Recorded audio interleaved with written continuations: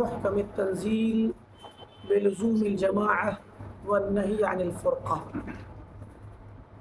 ہمارا اس ہفتہ واری درس چل رہا ہے امام ابن بطح عکبری رحمۃ اللہ علیہ کی مشہور کتاب الابانہ الکبریٰ کے سلسلے میں،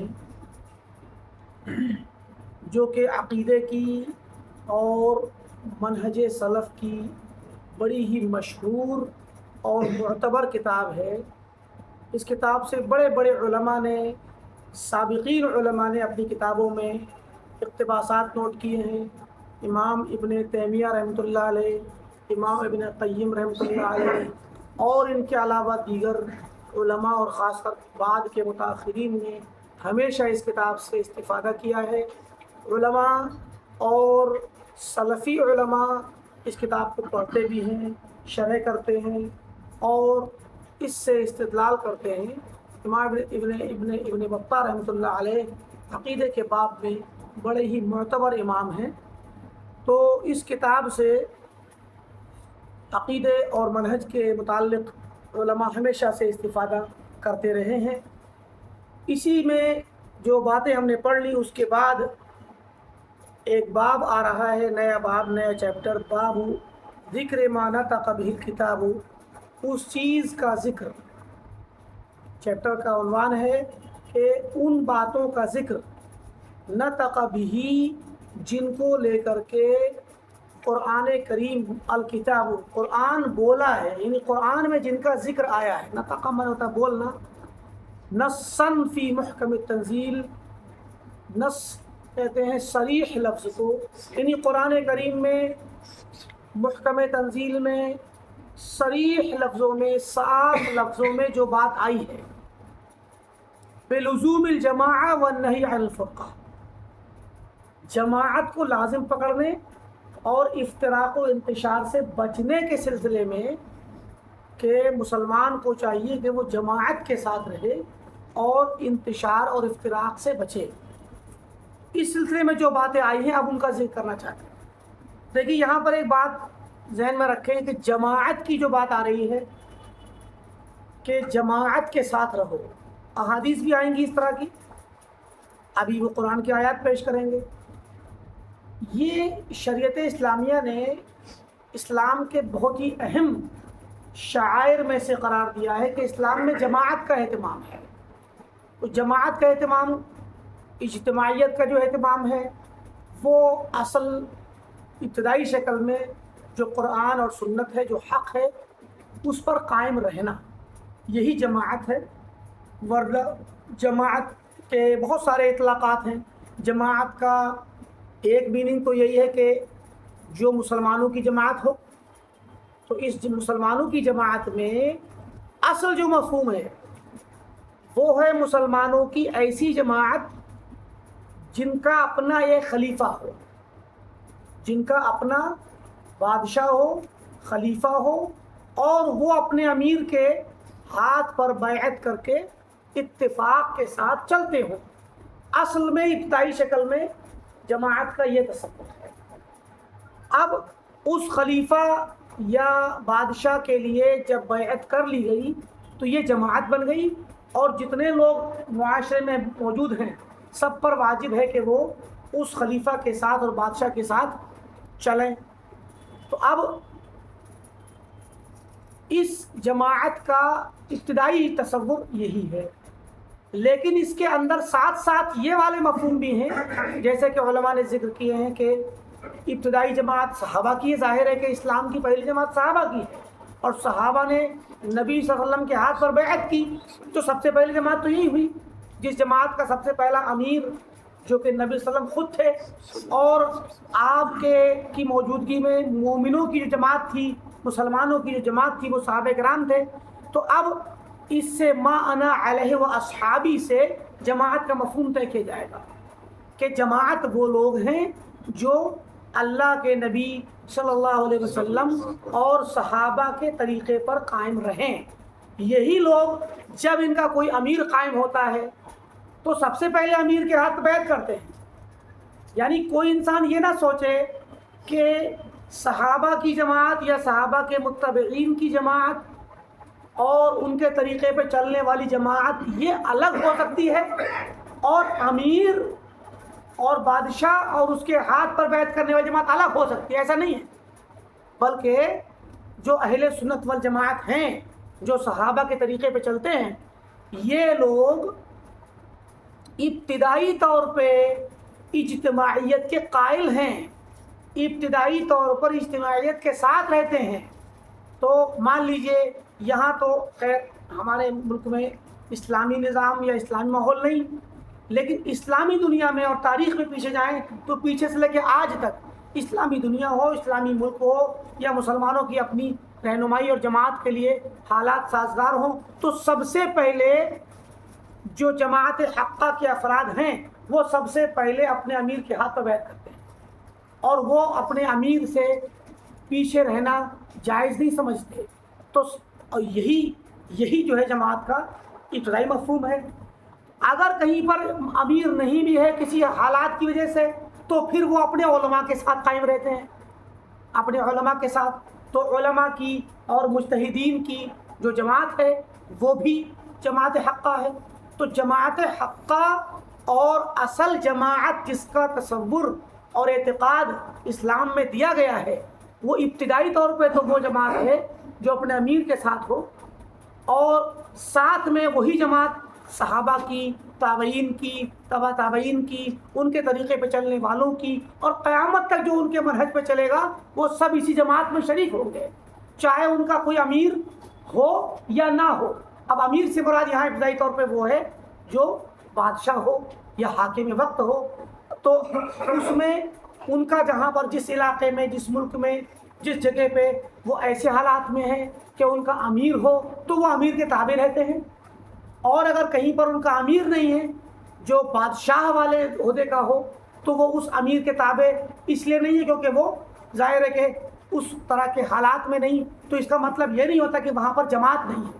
جیسے ہمارے ہندوستان میں بر صغیر میں خاص کر یہاں پر گرچہ مسلمانوں کا امیر بمعنی حاکم اور بادشاہ نہیں ہے، تو اس کا مطلب قطعاً یہ نہیں کہ یہاں پر جماعت کا کوئی تصور نہیں، بلکہ فاتقوا اللہ ما استطعتم کے اعتبار سے کہ جتنا زیادہ تم سے ہو سکتا ہے اللہ تعالیٰ سے تقویٰ اور اس کا خوف اور اس کا ڈر اور اس کی عبادت جتنی ہو سکتی ہے انسان اتنا کرے۔ تو یہاں پر ابتدائی شکل میں بادشاہ کا تصور، مسلم حکمراں کا تصور نہیں ہے حالات و ظروف کی وجہ سے، تو پھر یہاں پر جو جماعت ہے وہ علماء کی جماعت ہے، علماء اہل سنت کی جماعت ہے، اہل الحدیث کی جماعت ہے، اور صحابہ کے راستے پہ چلنے والے لوگوں کی جماعت ہے۔ اور اس علماء کی جماعت کے ساتھ جو عوام الناس ہوں گے، جو شباب ہوں گے، جو بھی ہوں گے، بچے، بوڑھے، عورتیں، جوان، سارے کے سارے لوگ اس منہج پہ جب رہیں گے تو وہ ایک جماعت ہے، گرچہ ان کا اپنا کوئی وہ والا حاکم نہیں، وہ والا امیر نہیں جو باقاعدہ بادشاہ یا حاکم ہوتا ہے، تو ان کا امیر اور ان کا جو ایک قائد ہوگا وہ ابتدائی شکل میں علماء ہوں گے جو ایک منہج پر قائم رہیں گے۔ تو یہ جماعت کا تصور ہے۔ لہٰذا اس جماعت کے ساتھ، یعنی جس جگہ پہ جیسی جماعت بنانا ممکن ہے اتنی جماعت کے ساتھ رہنا چاہیے، اور اس جماعت کو لازم پکڑ کر کے ہی چلنا شریعت کا حکم ہے۔ اب اسی سلسلے میں امام بطہ فرماتے ہیں اما بعد فاعلموا یا اخوانی، میرے بھائیوں یہ بات جان لو، وفقنا اللہ و ایاکم للسداد والائتلاف، اللہ تعالی ہمیں اور آپ کو توفیق دے سیدھے راستے پہ چلنے کی، والائتلاف اور ایک دوسرے کے ساتھ اتفاق اور الفت کے ساتھ رہنے کی توفیق دے، وعصمنا و ایاکم من الشتات والاختلاف، اور اللہ تعالی ہم تمام کو تشتت اور افتراق سے اور اختلاف کرنے سے بچائے۔ یہ دعائیہ جملے کے بعد کہتے ہیں کہ جان لو کہ ان اللہ عز وجل قد اعلمنا، کہ اللہ تعالیٰ نے ہمیں علم دیا ہے، بتلایا ہے، اعلمنا ہمیں بتلایا ہے، اختلاف الامم الماضین قبلنا، ہم سے پہلے کی گزری ہوئی امتوں کے اختلاف کے بارے میں بتلایا ہے، کہ ہم سے پہلے کی امتیں جو گزری وہ اختلاف میں پڑ گئی تھیں، انتشار میں پڑ گئی تھیں، وَأَنَّهُمْ تَفَرَّقُوا وَاخْتَلَفُوا، اور وہ امتیں افتراق اور اختلاف میں مبتلا ہوئیں، فَتَفَرَّقَتْ بِهِمُ الطُّرُقُ، تو ان کے راستے جدا جدا ہو گئے، پرانی امتوں کے، یہود و نصارہ کے اور ان سے پہلے کی بھی امتوں کے، تو حَتَّى صَارَ بِهِمُ الاختلاف إِلَى الافْتِرَاءِ عَلَى اللَّهِ عَزَّ وَجَلَّ، یہاں تک کہ اس اختلاف کے نتیجے میں یہ اختلاف ان کو کہاں لے گیا کہ انہوں نے اللہ تعالیٰ پر جھوٹ گڑھنا شروع کر دیا، اللہ پر افترا کرنا شروع کر دیا، والکذب علیہ، اور جھوٹ بولنا کہ اللہ نے اس بات کا حکم دیا ہے، حالانکہ اللہ نے حکم نہیں دیا تھا۔ تو بہت سی باتیں اللہ کی طرف منسوب کی ان ظالموں نے پرانی امتوں کے اختلافات کے نتیجے میں۔ فرمایا والتحریف لکتابہ، اس کی کتاب کی تحریف کرنے پر آمادہ کیا ان کے اختلاف نے، کہ اللہ کی کتاب کو میں تحریف کر ڈالی ان لوگوں نے، والتعطیل لاحکامہ، اور اللہ کے احکامات کو معطل کر دیا، معطل کہتے چھوڑ دینا، حکموں کو چھوڑ دیا، پامال کر دیا، رائے گاں بیکار کر دیا، یعنی اللہ تعالیٰ کے حکموں کو فراموش کر دیا۔ التعدی لحدودہ، اور اللہ تعالیٰ کے حدود پر جو اللہ نے حدیں مقرر کی ہوئی تھی حلال و حرام کے اعتبار سے، ان حدود پر حد سے تجاوز کیا، انہیں پھلانگ کر کے آگے نکل گئے، کوئی اس کی پرواہ نہیں کی ان حدود کی، اور وہاں رکے نہیں۔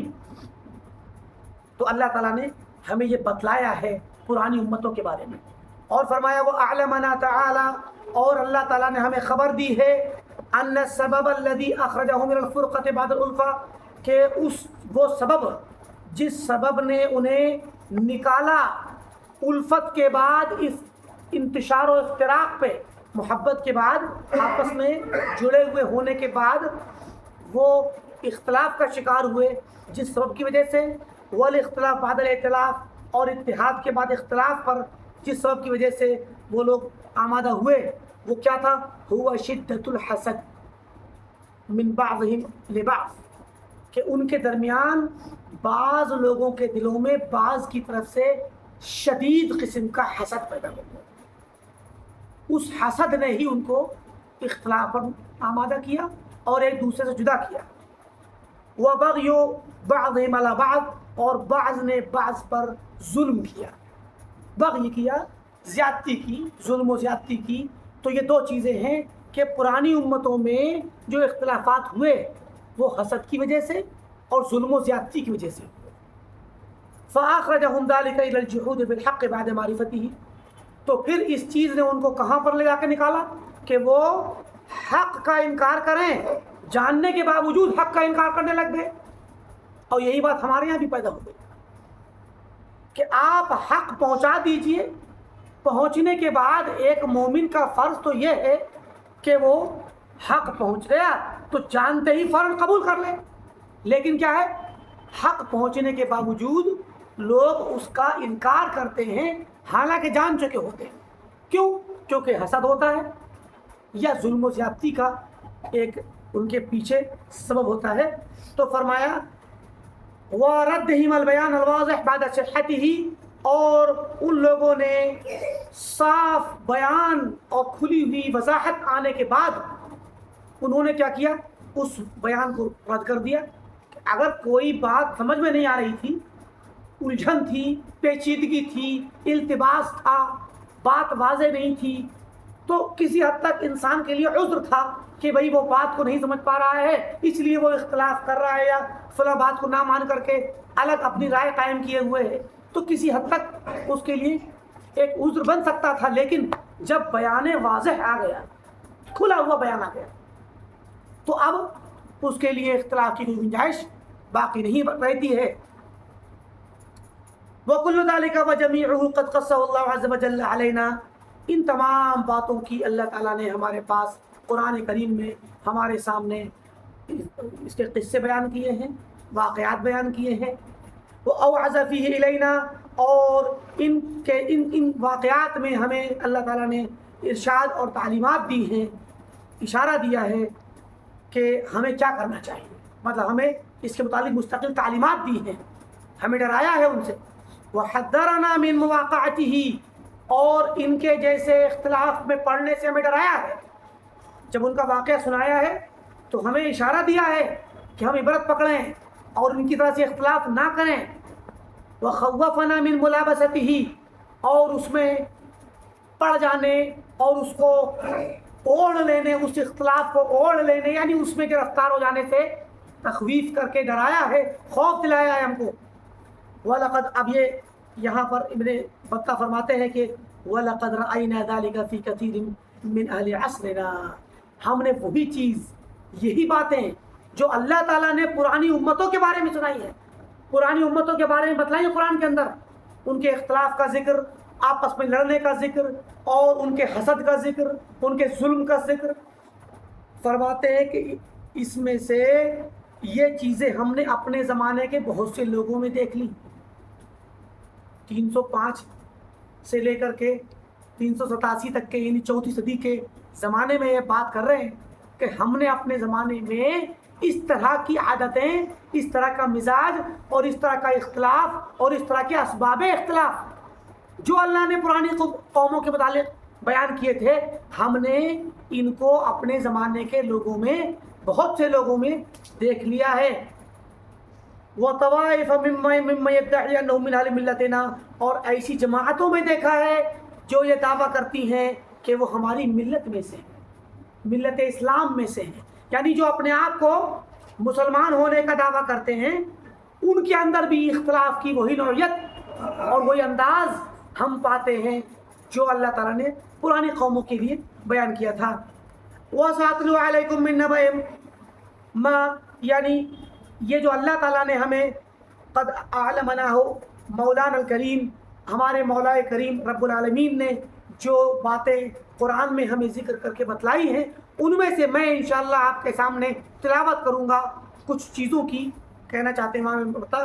وَمَا قَدْ عَلِمَهُ إِخْوَانُنَا مِنْ الْقُرْآنِ، اور وہ باتیں جنہیں ہمارے وہ بھائی جو قرآن پڑھتے ہیں، پڑھاتے ہیں، سیکھتے ہیں، وہ لوگ جن باتوں کو جانتے ہیں، وہ اہل العلم اور اہل علم جن باتوں کو جانتے ہیں جو اللہ نے ذکر کی ہیں. وہ کتبۃ الحدیث و سنن، اور حدیثوں کو لکھنے والے اور سنتوں کی پیروی کرنے والے، سنتوں کو لکھنے والے محدثین اور اہل علم جن باتوں کو جانتے ہیں قرآن کریم کے حوالے سے، میں انشاءاللہ ان کی تلاوت کروں گا آپ کے سامنے. وَمَا يَكُونُ فِيهِ انشاءاللہ بَصِيرًا لِمَنْ عَلِمَهُ، اور ایسی چیزیں ذکر کروں گا جس میں انشاءاللہ بصیرت ہوگی اور علم ہوگا اور عبرت ہوگی ان لوگوں کے لیے جو ان کو جانیں گے. وَنَسِيَهُ، کہ جنہوں نے جانا اور بھول گئے تھے، جنہوں نے پہلے جانا اور بھول گئے تو وہ پھر سے سن کر کے میری کتاب کو پڑھ کر کے پھر سے یاد کر لیں گے اور نصیحت پکڑ لیں گے. وَلِمَنْ غَفَلَهُ وَجَهِلَهُ، اور وہ لوگ بھی جو ان باتوں سے آج تک غافل رہے ہیں یا جاہل رہے، جنہیں پتہ نہیں کہ اللہ تعالیٰ نے کیا بیان کیا اس سلسلے میں، تو وہ لوگ بھی انشاءاللہ اس سے بصیرت پکڑیں گے، عبرت لیں گے. وَيَمْتَحِنَ اللَّهُ بِهِ مَنْ خَالَفَهُ، اور اس کے ذریعے اللہ تعالیٰ آزمائش کرے گا ان لوگوں کی جو اس کی مخالفت کریں گے اور جو اس کو نہیں پڑھیں گے، ان کی آزمائش بھی کرے گا اللہ تعالیٰ. گویا ان کے لیے یہ سامان آزمائش ہوں گے، بلکہ فتنہ بھی ہوں گے ایسے لوگوں کے لیے. وَجَحَدَهُ بِأَلَّا يَجْحَدَهُ إِلَّا الْمُلْحِدُونَ، اور جس نے ان کی مخالفت کی یا ان کا انکار کیا تو ان کے لیے یہ آزمائش ہوں گے، اس اعتبار سے کہ اس کی مخالفت نہیں کرے گا مگر ملحد، یعنی ان باتوں کی مخالفت جو قرآن میں صریح طور پر پرانی امتوں کے متعلق باتیں آئی ہیں، ظاہر ہے ان کا انکار کون کرے گا؟ ملحد ہی کرے گا. کیونکہ ملحد کیا کہتا ہے؟ تو یہ تو پرانی قوموں کے قصے کہانیاں ہیں، من گھڑت کہانیاں کہتے ہیں نا. ملحد کہتے ہیں تو آپ لوگ کہانیاں سناتے ہو، کہانیاں سناؤ. تو ملحد کیا کرتا ہے؟ وہ ان کو کہانی کہہ کر کے رد کر دیتا ہے. وَلَا يُنْكِرُ إِلَّا الزَّائِغُونَ، اور اس کا انکار نہیں کرے گا مگر وہ لوگ جو ہٹکے ہوئے ہیں، منحرف ہیں. اب یہ کہنے کے بعد قرآن کی وہ آیات پڑھ رہے ہیں جن میں اللہ تعالیٰ نے اختلاف کا ذکر کیا ہے. فرماتے ہیں قال اللہ عز وجل، اللہ تعالیٰ کا فرمان ہے كَانَ النَّاسُ أُمَّةً وَاحِدَةً، لوگ ایک ہی امت تھے. ایک ہی امت میں آدم علیہ السلام کے زمانے سے ایک ہی امت چلی آ رہی تھی، تو ایک امت میں تھے. فَبَعَثَ اللَّهُ النَّبِيِّينَ، تو اس میں کیا ہوا؟ پھر اختلاف پیدا ہو گیا. بعض تفسیر میں فاختلفوا تو ان میں اختلاف پیدا ہوا، فبعث اللہ تو پھر اللہ تعالیٰ نے بھیجا النبیین نبیوں کو بھیجا۔ جب امت واحدہ میں اختلافات پیدا ہوئے اور انتشار پیدا ہوا تو اس کے بعد کیا ہوا، اللہ تعالیٰ نے نبیوں کو بھیجا مبشرین و منذرین، کہ نبی آئے اللہ تعالیٰ کے حکموں کی پیروی کرنے والوں کو، اللہ کی بات ماننے والوں کو بشارت دیتے ہوئے، بشارت دینے والے بن کر کے، وہ منذرین اور اللہ کے عذاب سے ڈرانے والے بن کر کے آئے نبی، وانزل معهم الکتاب الحق، اور اللہ تعالیٰ نے نبیوں کے ساتھ کتاب نازل کی، پھر نبیوں کو بھیجا تو کتاب بھی نازل کی، لیحکم بین الناس فیما اختلفوا فیہ، تاکہ وہ کتاب فیصلہ کرے لوگوں کے درمیان ان مسائل میں جن میں ان لوگوں نے اختلاف کیا تھا۔ وما اختلف فیہ الا الذین اوتوہ من بعد ما جاءتهم البینات بغیا بینہم، اور ان چیزوں میں اور کتاب کے مسائل میں جب کتاب نازل ہوئی اس میں بھی اختلاف کیا لوگوں نے، تو اس میں اختلاف نہیں کیا، یا جو بھی اختلافات لوگوں نے کیے تھے وہ اختلافات نہیں کیے مگر ان لوگوں نے جنہیں وہ کتاب دے دی گئی، یعنی کتاب دیے جانے کے بعد اختلاف کیا، جبکہ کتاب کے بعد اختلاف نہیں ہونا چاہیے تھا، کیونکہ کتاب تو آئی تھی فیصلہ کرنے کے لیے، اس کے باوجود اختلاف کیا۔ من بعد ما جاءتهم البینات، بعد اس کے کہ ان کے پاس صاف صاف بینات، کھلی ہوئی نشانیاں آ گئیں، آیات آ گئیں اللہ کی، اس کے باوجود انہوں نے اختلاف کیا۔ کیا وجہ تھی؟ بغین بینہم، آپس میں ظلم، زیادتی، حسد ہے، ظلم اور عدوان، ایک دوسرے پہ زیادتی کرنا۔ تو یہ جو زیادتی ہوتی ہے، ظلم، یہ شہوت اور ہوائے نفس کی بنا پہ ہوتی ہے۔ گویا کتاب کو پڑھنے میں سمجھ کا اختلاف نہیں تھا، کتاب کو پڑھ کر کے یہ غلط فہمی کا اور ابتدائی طور پر کسی التباس یا کسی پیچیدگی کا اور کوئی بات غیر واضح ہونے والا سبب نہیں تھا کہ یہ بات واضح نہیں تھی، اس لیے اختلاف ہو گیا۔ اللہ نے اپنی کتابیں بہت صاف صاف اتاری ہیں، ساری کتابیں، اور قرآن کریم بھی بہت صاف صاف اتارا ہے۔ جو اللہ تعالیٰ تعلیم دینا چاہتا ہے اس تعلیم کے متعلق قرآن صاف ستھرا ہے، اس کے باوجود لوگوں میں اختلاف ہوا۔ وجہ کیا تھی؟ لوگوں کے دلوں کے اندر یہ شہوت اور ہوائے نفس کی پیروی میں، اور اس کی وجہ سے عدوان، بغی، زیادتی، ظلم، ستم، ایک دوسرے پر زیادتی کرتے ہوئے اختلاف کیا۔ پھر کیا ہوا؟ فَهَدَى اللَّهُ الَّذِينَ آمَنُوا، تو اللہ تعالیٰ نے ہدایت بخشی ان لوگوں کو جو ایمان لائے، لِمَا اخْتَلَفُوا فِيهِ مِنَ الْحَقِّ بِإِذْنِهِ، اس حق کی طرف دعوت دی جس میں یہ لوگ اختلاف کر بیٹھے تھے، حق کو جاننے میں، حق کو پہچاننے میں، حق پر عمل کرنے میں اختلاف کر بیٹھے تھے، اسی حق کی طرف اللہ نے ہدایت دی بِإِذْنِهِ، اپنی اذن سے، اپنی اجازت سے اور اپنی توفیق سے۔ واللہ یہدی من یشاء الی صراط مستقیم، اللہ تعالیٰ جس کو چاہتا ہے ہدایت دیتا ہے صراط مستقیم کی طرف۔ تو یہ اس آیت کے اندر بھی اللہ تعالیٰ نے پرانی قوموں کا ذکر کیا اور پرانی قوموں کے اختلاف کی وجہ بتلائی، حالانکہ نبیوں نے آ کر کے ان کو ہدایت بخشی، ہدایت کے اور رہنمائی کے کام کیے، اور اللہ نے ان کو ہدایت پر رہنے کے لیے کتاب نازل کی۔ کتاب آنے کے بعد اور بینات آنے کے بعد وجہ کیا ہوئی؟ بغین بینہم، آپس میں ایک دوسرے پر زیادتی اور ظلم، اپنے شخصی مقاصد کی خاطر، اور وہ شخصی مقاصد کچھ بھی ہو سکتے ہیں۔ آگے فرمایا تلک الرسل فضلنا بعضهم على بعض، یہ وہ رسول ہیں جن میں سے بعض کو بعض پر اللہ نے فضیلت دی۔ منهم من کلم اللہ، کچھ رسول ایسے جن سے اللہ نے بات کی۔ ورفع بعضهم درجات، اور بعض کو درجات بلند کر کے اونچا مقام عطا کیا۔ پھر فرمایا وآتینا عیسی ابن مریم البینات وایدناہ بروح القدس، اور ہم نے عیسی بن مریم کو بینات عطا کی، صاف کھلی ہوئی نشانیاں عطا کی۔ وأیدناہ بروح القدس، اور ہم نے عیسیٰ علیہ السلام کی تائید کی روح القدس کے ذریعے۔ روح القدس کون ہے؟ جبریل امین۔ جبریل امین کے ذریعے ہم نے ان کی تائید کی، جو ان کے ساتھ آتے تھے، مدد کرتے تھے، تائید کرتے تھے ان کی۔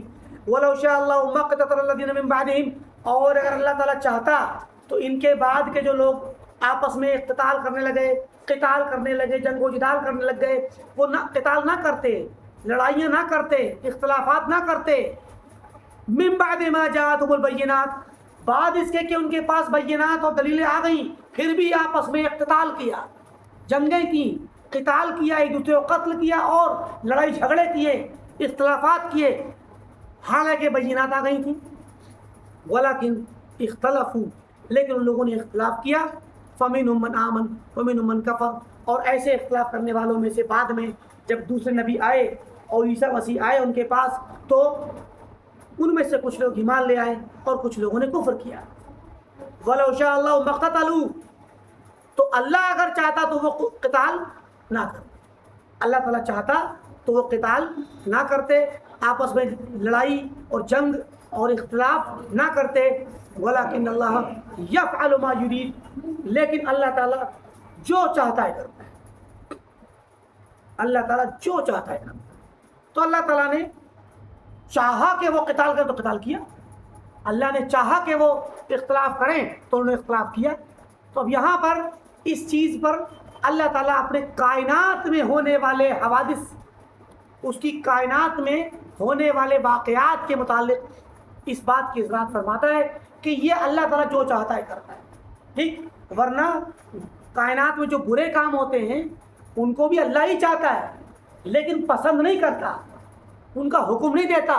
تو کائنات میں اگر کوئی برا کام ہوتا ہے، چاہے وہ اختلاف ہو، انتشار ہو، اقتتال ہو، جنگ و جدال ہو، کسی پر ظلم و زیادتی ہو، کوئی بھی کام ہوتا ہے غلط، تو اللہ تعالیٰ کے حکم سے ہوتا ہے، اللہ کے چاہنے پر بھی ہوتا ہے، لیکن اللہ تعالیٰ اس کو پسند نہیں کرتا.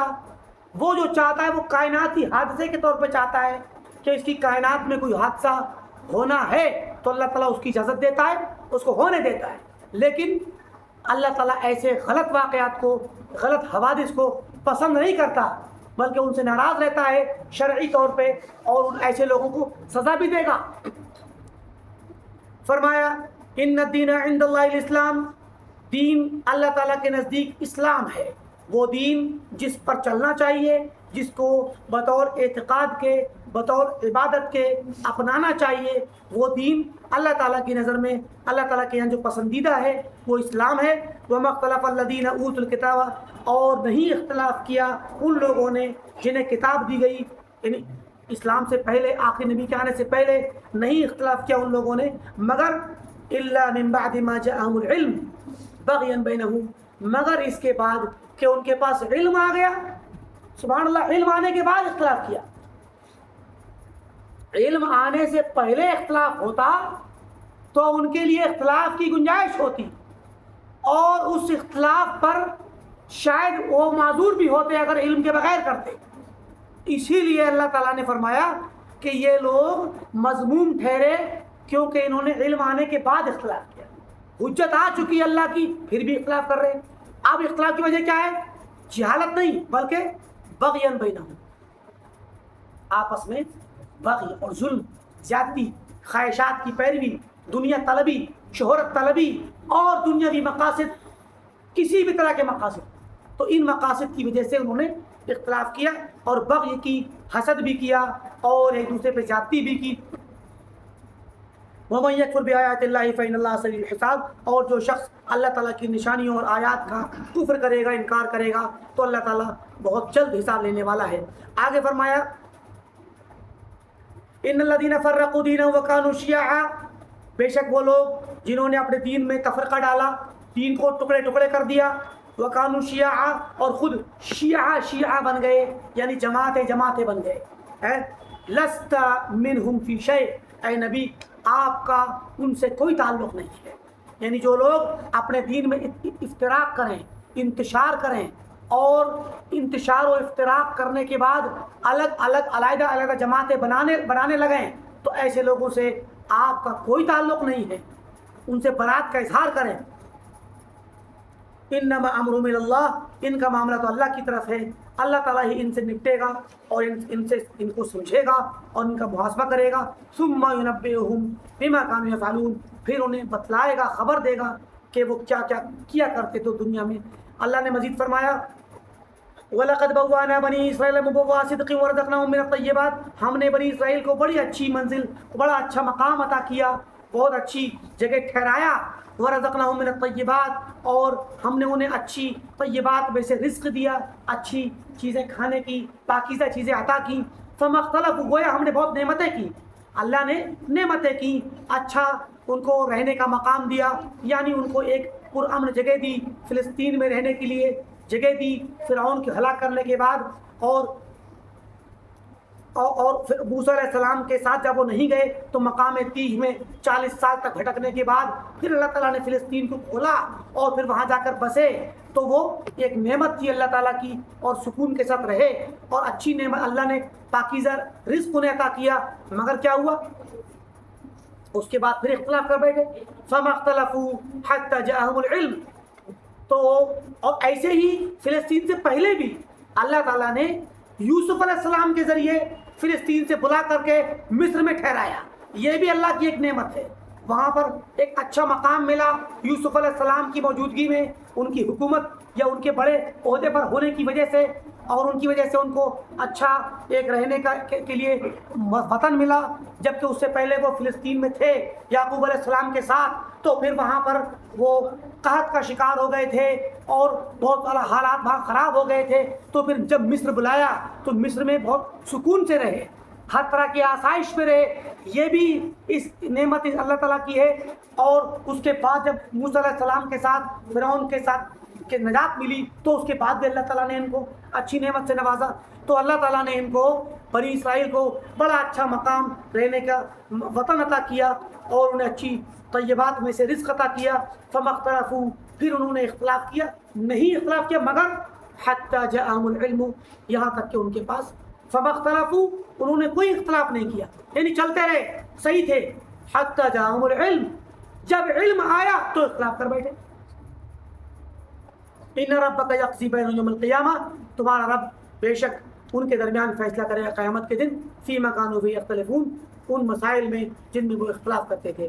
اور فرمایا وَمَا تَفَرَّقَ إِلَّا مِن بَعْدِ مَا جَاءَهُمُ الْعِلْمُ بَغْيًا بَيْنَهُمْ، ان لوگوں نے افتراق نہیں کیا اور فرقہ فرقہ بن کر کے جدا جدا نہیں ہوئے، مگر بعد اس کے کہ ان کے پاس علم آ گیا، آپس میں ایک دوسرے پر بغی اور زیادتی کرتے ہوئے۔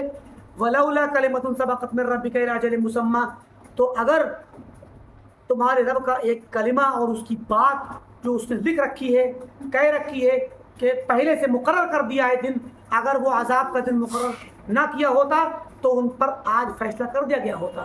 تو گویا یہ اللہ تعالیٰ کا ایک عدل ہے کہ اس نے اگر پہلے سے کوئی دن مقرر کر دیا ہے تو وہ اس سے پہلے عذاب نہیں دیتا ہے۔ وَإِنَّ الَّذِينَ أُورِثُوا الْكِتَابَ مِن بَعْدِهِ، اور وہ لوگ جو من بعدہم، ان کے بعد جنہیں کتاب ملی، وہ لوگ اس کے متعلق شک میں مبتلا ہیں، یعنی بعد کے اہل کتاب جو آج قرآن کریم کے آنے کے بعد شک میں مبتلا ہیں، قرآن جو ان کو مل گیا، اور ان کے اور ایک یہ اس میں کفار و مشرکین بھی ہیں کہ ان کے بعد ان مشرکین کے شہر میں، مکہ میں اور مدینہ کے ارد گرد جتنے لوگ ہیں، ان کے لیے جو کتاب دی گئی تو اس کتاب سے یہ لوگ شک میں مبتلا ہیں۔ اور ایسے ہی وہ یہودی اور نصرانی کہ ان کو جب بعد میں ایک اور کتاب آئی قرآن تو وہ اس پر بھی شک کرتے ہیں، تو یہ لوگ اس کے سلسلے میں شک میں مبتلا ہیں۔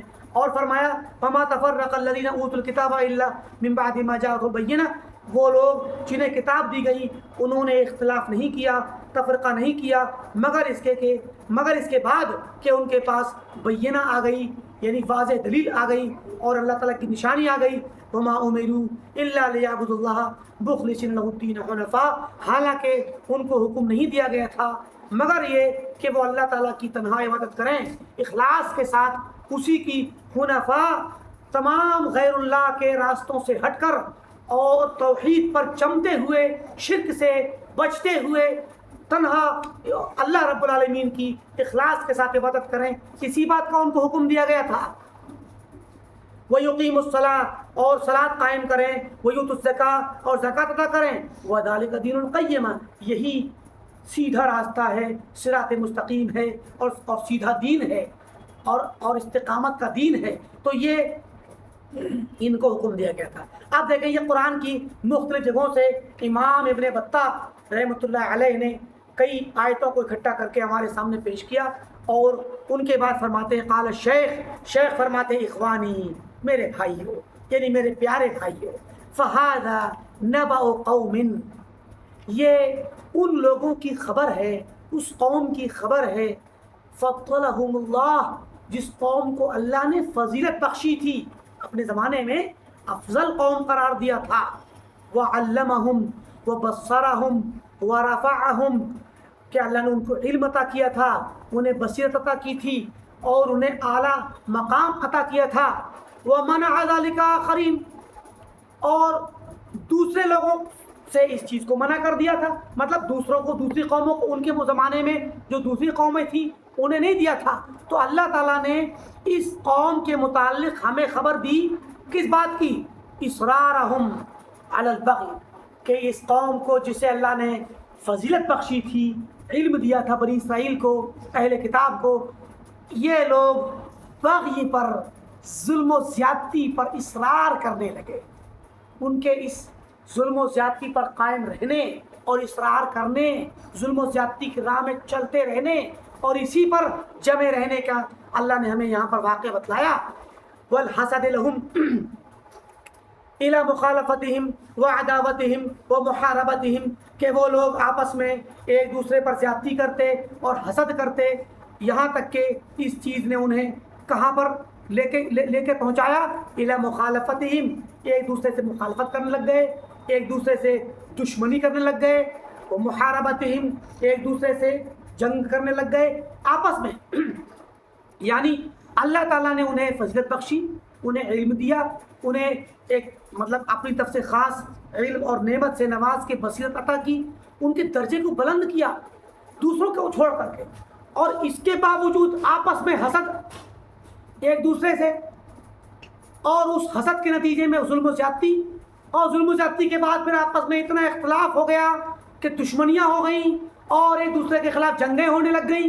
ان کا ذکر اللہ تعالیٰ نے قرآن کریم میں کیا ہے، فَاسْتَنْكَفُوا أَنْ يَكُونُوا لِلْحَقِّ تَابِعِينَ، تو یہ لوگ پیچھے رہ گئے اور ہٹ گئے اور رک گئے، اعراض کیا ان لوگوں نے اس بات سے کہ وہ اہل حق کی اطاعت کرتے، تابع داری کرتے، وہ بھی اہل علم مقتدین، اور اہل علم کی اقتداء کرتے۔ تو گویا نہ تو حق کی تابع داری کی، نہ علم والوں کی، علماء کی انہوں نے پیروی کی، تو کیا ہوا؟ آپس میں اختلافات کرنے کے نتیجے میں، جنگوں میں پڑنے کے نتیجے میں کیا بن گئے؟ بعد میں آنے والی امتوں کے لیے عبرت بنے، اور فَصَارُوا أَئِمَّةً مُضِلِّينَ، یہ لوگ گمراہ کرنے والے امام بن گئے۔ گویا دنیا کے لیے یہ عبرت بھی بنے اور گمراہ کرنے والوں کے یہ خود بھی امام بن گئے۔ وَرُؤَسَاءَ فِي الْإِلْحَادِ مَتْبُوعِينَ، اور الحاد کے راستے میں یہ بڑے بڑے سردار بن گئے، جن کے تابع دار اور فالوورز بعد میں آئے، ان کے زمانے میں بھی اور ان کے بعد کے لوگوں کو بھی ان کی سرشت پہ چلنے، ان کے نمونے پہ چلنے کی ایک بہانہ ملا اور ایک نمونہ ملا۔ رجوعاً عن الحق، یہ حق سے راجے مطلب پلٹ گئے، حق سے دور پلٹ گئے، تو حق سے پلٹ جانے میں، وہ طلب الریاسہ، اور ریاست و سرداری کے طلب کرنے میں، وہ حب للاتباع، یا اتباع اور اپنی پیروی کی محبت میں کہ لوگ ہمارے فالوور بنیں، یہ وہ چیز ہے کہ جو انسان کو تباہ کر دیتی ہے۔ انسان اگر ریاست کو پسند کرنے لگ جائے کہ مجھے ریاست مل جائے، سرداری مل جائے، صدارت مل جائے، امامت مل جائے، عہدہ مل جائے، تو جب یہ اس کے دل میں محبت پیدا ہو جائے گی تو کیا کرے گا؟ وہ گمراہ ہوگا اور گمراہی کرے گا، لوگوں کو لے کے جائے گا، بھٹکائے گا لوگوں کو، اور اس بات کی محبت دل میں پیدا ہو جائے کہ اس کے پیروکار بڑھ جائیں، اس کی اتباع کی جائے، اس کو خود اچھا لگے، امام اول اعتقاد، اور اس بات کا اعتقاد بھی رکھنے لگ جائے کہ میرے بارے میں لوگ اعتقاد رکھیں اور میری پیروی کریں، تو اس وجہ سے کیا ہوگا کہ پھر وہ امام بن جائے گا گمراہی کا۔ امام ابن تیمیہ رحمۃ اللہ علیہ نے اپنی کتاب رفع الملام عن الائمۃ الاعلام میں اب عبداللہ بن عباس رضی اللہ تعالیٰ عنہما کا ایک قول نقل کیا ہے، بڑا پیارا قول ہے. کہتے ہیں کہ ویل ویل للعالم من الاتباع، ویل للعالم من الاتباع، کوئی بھی عالم ہو اس عالم کی تباہی ہے اس کے فالوورز کی طرف سے. یعنی اگر کسی عالم کے ساتھ اس کے پیچھے چلنے والے، اس کی بات کو ماننے والے، اور آج کے زمانے میں فالوور کا میننگ بڑا اچھا سمجھ میں آتا ہے. پرانے وقتوں میں تو اتنا سمجھ میں نہیں آتا تھا، لیکن آج کل پرانے وقتوں میں کیا ہوتا تھا کہ عالم کسی شہر میں گیا تو لوگوں نے اس کے بارے میں اگر سن رکھا تھا کہ ایک صاحب ہیں بہت بڑے عالم دین ہیں، تو پھر لوگ اس کی تقریر سننے آ جاتے تھے یا اس کے درس میں پہنچ جاتے تھے، اس کی مسجد میں جہاں وہ ٹھہرتا تھا. لیکن آج کل اب جب وہ وہاں سے نکلا تو پھر بیچارے اپنے گھر میں، جب کبھی آئے گا تو بات اس کی سنیں گے، اکٹھے ہوں گے. لیکن آج کے زمانے میں فالوئنگ کا سسٹم بہت زیادہ ایڈوانس ہو گیا ہے. آدمی دنیا کسی بھی کونے میں رہے، دوسرے لوگ جو اس سے محبت کرتے ہیں، اس کی بات کو پسند کرتے ہیں، اس کی تقریر کو یا اس کے علم کو، کسی بھی چیز کو پسند کرتے ہیں تو اس کو فالو کر لیتے ہیں. تو ہر وقت آج کے وقت میں اس سے جڑے ہوئے ہیں. تو میڈیا کے ذریعے سے جو لوگ ایک دوسرے کو فالو کرتے ہیں، اس سے اس اثر کا معنی زیادہ سمجھ میں آتا ہے. آج کے زمانے میں فالوورز کی تعداد زیادہ ہونا اور اس پر توقع رکھنا اور اس کے ذریعے مظاہرہ کرنا کہ میرے اتنے فالوورز ہیں، مجھے اتنے لوگ سنتے ہیں، میری تقریر میں اتنے لوگ حاضر ہوتے ہیں. تو اس طریقے سے یہ جو جملہ ہے، یہ جملہ عالم کے لیے، خاص کر عالم کی بات ہوئی کہ عالم کے لیے یا ایسے شخص کے لیے جو دین کی دعوت کا کام کرتا ہے اور اللہ کے راستے میں ہے، تو اس بندے کے لیے اس کی بربادی یا تباہی کے لیے بہت خطرناک آزمائش ہیں یہ فالوورز. ویل ہے عالم کے لیے اتباع کی طرف سے. ہوتا کیا ہے جب کسی کے فالوور زیادہ ہوتے ہیں اور اس کی شعبیت بڑھتی ہے، اس کا دائرہ وسیع ہوتا ہے، تو اگر وہ شخص غلط بات کہے گیا تو جلدی رجوع نہیں کرتا. کیوں؟ کیونکہ اس کو فالوورز کی فکر ہوتی ہے. کبھی کبھی فالوورز اس کو تشجیع کر رہے ہوتے ہیں کہ حضرت یہ فلاں صاحب آپ بالکل صحیح ہیں، جمے رہیے، ڈٹے رہیے.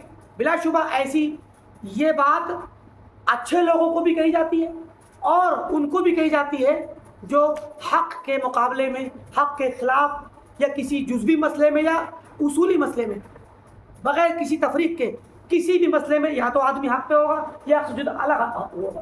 اب دونوں کے فالوورز ہیں تو دونوں کے فالوورز اپنے اپنے متبوع کو جس کو فالو کرتے ہیں تشجیع کریں گے، ابھاریں گے، ہمت دیں گے، تائید کریں گے کہ حضرت آپ اپنے موقف پر جمے رہیں، آپ بالکل صحیح. ہوتا کیا ہے کہ اگر بندہ حق پر ہے تب تو اس کے لیے بھلائی ہے اور نجات ہے، اور اللہ تعالیٰ کے یہاں اس کے لیے گویا یہ مددگار ہیں، اس کے لیے یہ لوگ اس کو مدد دیں گے اور اللہ کے یہاں وہ اور اجر پائے گا اور اس کے لیے حق پہ جمے رہنے کے اسباب میں سے ایک سبب ہے. لیکن اگر وہ خدا نخواستہ کسی مسئلے میں حق سے دور ہے اور پھر اس کے فالوورز اس کو تائید کرتے ہیں تو یہ اس کے لیے ویل ہے، مصیبت ہے. تو یہ بہت اہم قول ہے اور یہی بات انہوں نے کہی ابن بطہ رحمۃ اللہ علیہ نے کہ یہ لوگ جو اہل کتاب تھے، انہوں نے جب اختلاف کیا تو یہ اختلاف کے نتیجے میں آگے کے وقت میں بعد کے لوگوں کے لیے امام ضلالت بن گئے، ائمہ ضلالت اور گمراہی کے امام بن گئے، کیونکہ انہوں نے حق سے دوری اختیار کی اس سلسلے میں بھی، اور ریاست طلب کی اس سلسلے میں بھی امام بنے، اور اتباع اور اعتقاد رکھنے والے معتقدین کی بھی ان کے دلوں میں محبت پیدا ہوئی تو اس کے بھی یہ امام بن گئے. اس وجہ سے بھی لوگ اختلاف کرتے ہیں. تو گویا اختلاف کی وجہ بھی انہی نے دی، اختلاف کی شکل بھی انہی نے دی، اختلاف کر کے بھی انہی نے دکھلایا اور بعد کے لوگوں کے لیے امام بن گئے. تو یہ بہت بڑی محرومی ہے. فرماتے ہیں بڑی پیاری بات آ رہی ہے کہ والناس فی زماننا ھذا، آج کے دور میں ہمارے زمانے میں لوگ کیسے ہیں؟ اسراب کطیر، یعنی جس طریقے سے چڑیوں کے پرندوں کے جھنڈ ہوتے ہیں، ایک پرندہ کتنی کو مڑا سارا جھنڈ اسی طرف پڑ جائے گا، ہے؟ یا ہمارے دوسرے لفظوں میں ہم کہیں کہ ریوڑ ہوتے ہیں، بھیڑ بکری کے ریوڑ ہیں، جانوروں کے ریوڑ. تو یہ جو جانوروں کی جماعت ہوتی ہے، بھیڑ بکریوں کے ریوڑ ہوتے ہیں یا پرندوں کے جھنڈ ہوتے ہیں، ان کا کیا آپ کبھی غور کریں؟ ایک بکری دائیں طرف بھاگے تو سب ادھر بھاگیں گے، ایک واپس آئی تو سب واپس آ جائیں گے. ایسے ہی پرندے بھی ایک جھنڈ میں جب زیادہ سے سینکڑوں پرندے ایک ساتھ اڑتے ہیں جب آسمان میں، تو کوئی نہ کوئی ایک آدھ قیادت کر رہا ہوتا ہے، یا نہیں بھی کرتا تو جو پرندہ پہلے آگے نکل گیا وہ سب اسی دوڑ لیں گے پیچھے. آج کل ہمارے یہاں دہلی میں بھی ماشاءاللہ کبوتروں کے جھنڈوں میں یہ بات محسوس ہوتی ہے، جو لوگ کبوتر بازی کرتے ہیں کہ ایک کبوتر کہیں گیا پورا کا پورا جھنڈ ادھر پیچھے بھاگ لے گا. تو کیا ہوتا ہے؟ فرمایا آج کے زمانے میں، ہمارے زمانے میں، امام ابن بطہ کے زمانے میں کہا کہ لوگ پرندوں کے جھنڈ کی طرح ہیں، یتبع بعضهم بعضا، بعض ان میں سے بعض جو ہیں بعض کے پیچھے چلتے رہتے ہیں، اتباع کرتے ہیں. لو ظہر لهم من يدعي النبوہ. اب دیکھیے کتنی کس حد تک لوگوں میں جہالت ہے، لوگوں میں کتنی زیادہ خرابی اور انحراف ہے اور دین سے دوری اور ناسمجھی ہے کہ کہتے ہیں اگر ان کے درمیان کوئی ایسا شخص ظاہر ہو جائے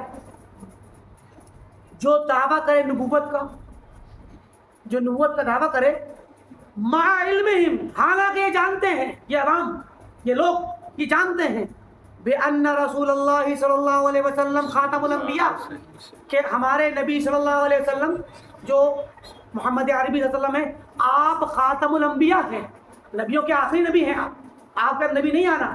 یہ جاننے کے باوجود اگر ان کے درمیان کوئی شخص کھڑا ہو کر کے نبوت کا دعویٰ کر دے،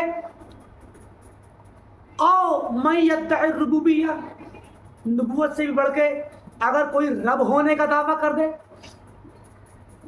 یعنی یہ تو بہت بڑی بات ہو گئی نا. تو کیا ہوگا؟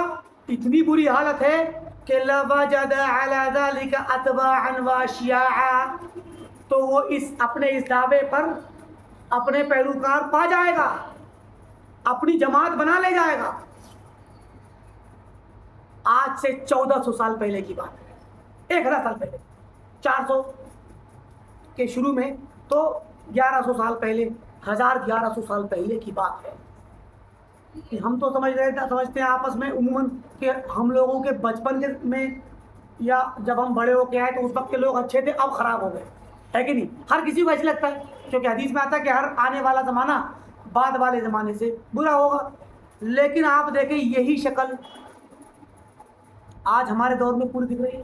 ایک صاحب ہیں جنہوں نے مہدی ہونے کا دعویٰ کر رکھا ہے، کچھ نہیں آتا جاتا ہے، جھوٹے من گھڑت سارے قصے کہانیاں، من گھڑت سارے دعوے، اور لوگ پھر بھی مان رہے ہیں. تو کوئی بھی شخص آ جائے، کوئی نبوت کا دعویٰ کرے، مان لیں گے، سمجھے کہ نہیں؟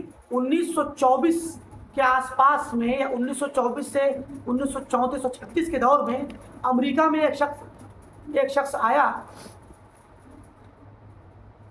اور اس نے محمد فراد کہتے ہیں اس کو، محمد فراد. تو وہ شخص آیا اور اس نے ابتدا میں تو تبلیغ کی، اور تبلیغ کرتے کرتے کرتے آخرکار اس نے اپنے لیے ربوبیت کا دعویٰ کیا کہ میں رب ہوں، اور بلیک امریکنز جو تھے ان میں دعویٰ کا کام کیا. وہ بلیک امریکنز نے اس کی پیروی کی. اچھا، یہ بلیک امریکنز کون تھے؟ یہ وہ تھے جو امریکہ کے بننے کے وقت میں شروع ہی میں جنہیں انگریز افریقہ سے پکڑ کر لے جاتے تھے غلام بنا کر کے. تو یہ نہیں پتا کہ وہ نئے ملک کو فتح کر کے جو تعمیر کرنا چاہتے ہیں، امریکہ کو جب انہوں نے تلاشا اور وہاں جا کر کے آباد کاری شروع کی تو غلاموں کو لے جا کر کام کراتے تھے. انہیں یہ نہیں پتا تھا کہ ہم نئے ملک میں جو سیٹل ہو رہے ہیں تو ساتھ میں اسلام بھی جا رہا ہے. اسلام کالے امریکنز، کالے افریقنز کے ذریعے انہی غلاموں کی شکل میں اسلام پہنچ گیا. اب وہ بیچارے غلام بنا لیے گئے تو وہ اپنے گھروں میں چھپ چھپ کر کے دعوت اور خود دین پر کام کرتے, اپنے سرداروں سے مالکوں سے چھپ چھپ کر کے اور اپنے بچوں کو سنایا کرتے تھے. تو یہ بھولی بسری باتیں لوگوں کو آخر صدیوں تک یاد رہی. جب محمد فرد گیا تو اس نے جا کر کے جو ہے دعوت کا کام کیا تو انہیں یاد دلایا تو وہ دھیرے دھیرے اسلام کی طرف آنے لگ گئے. The nation of Islam, nation of Islam کے نام سے فرقہ وجود میں آیا. اسی میں ایلیجا محمد کے نام سے ایک شخص آیا, ایلیجا محمد. تو اس نے کیا کیا, اپنے آپ کو نبی ہونے کا دعویٰ کیا کہ میں نبی ہوں, اور محمد فرد جو ہے, فرد یا فراد جو ہے وہ اللہ ہے. اللہ تعالیٰ بذات خود محمد فراد کی شکل میں نازل ہو گیا ہے.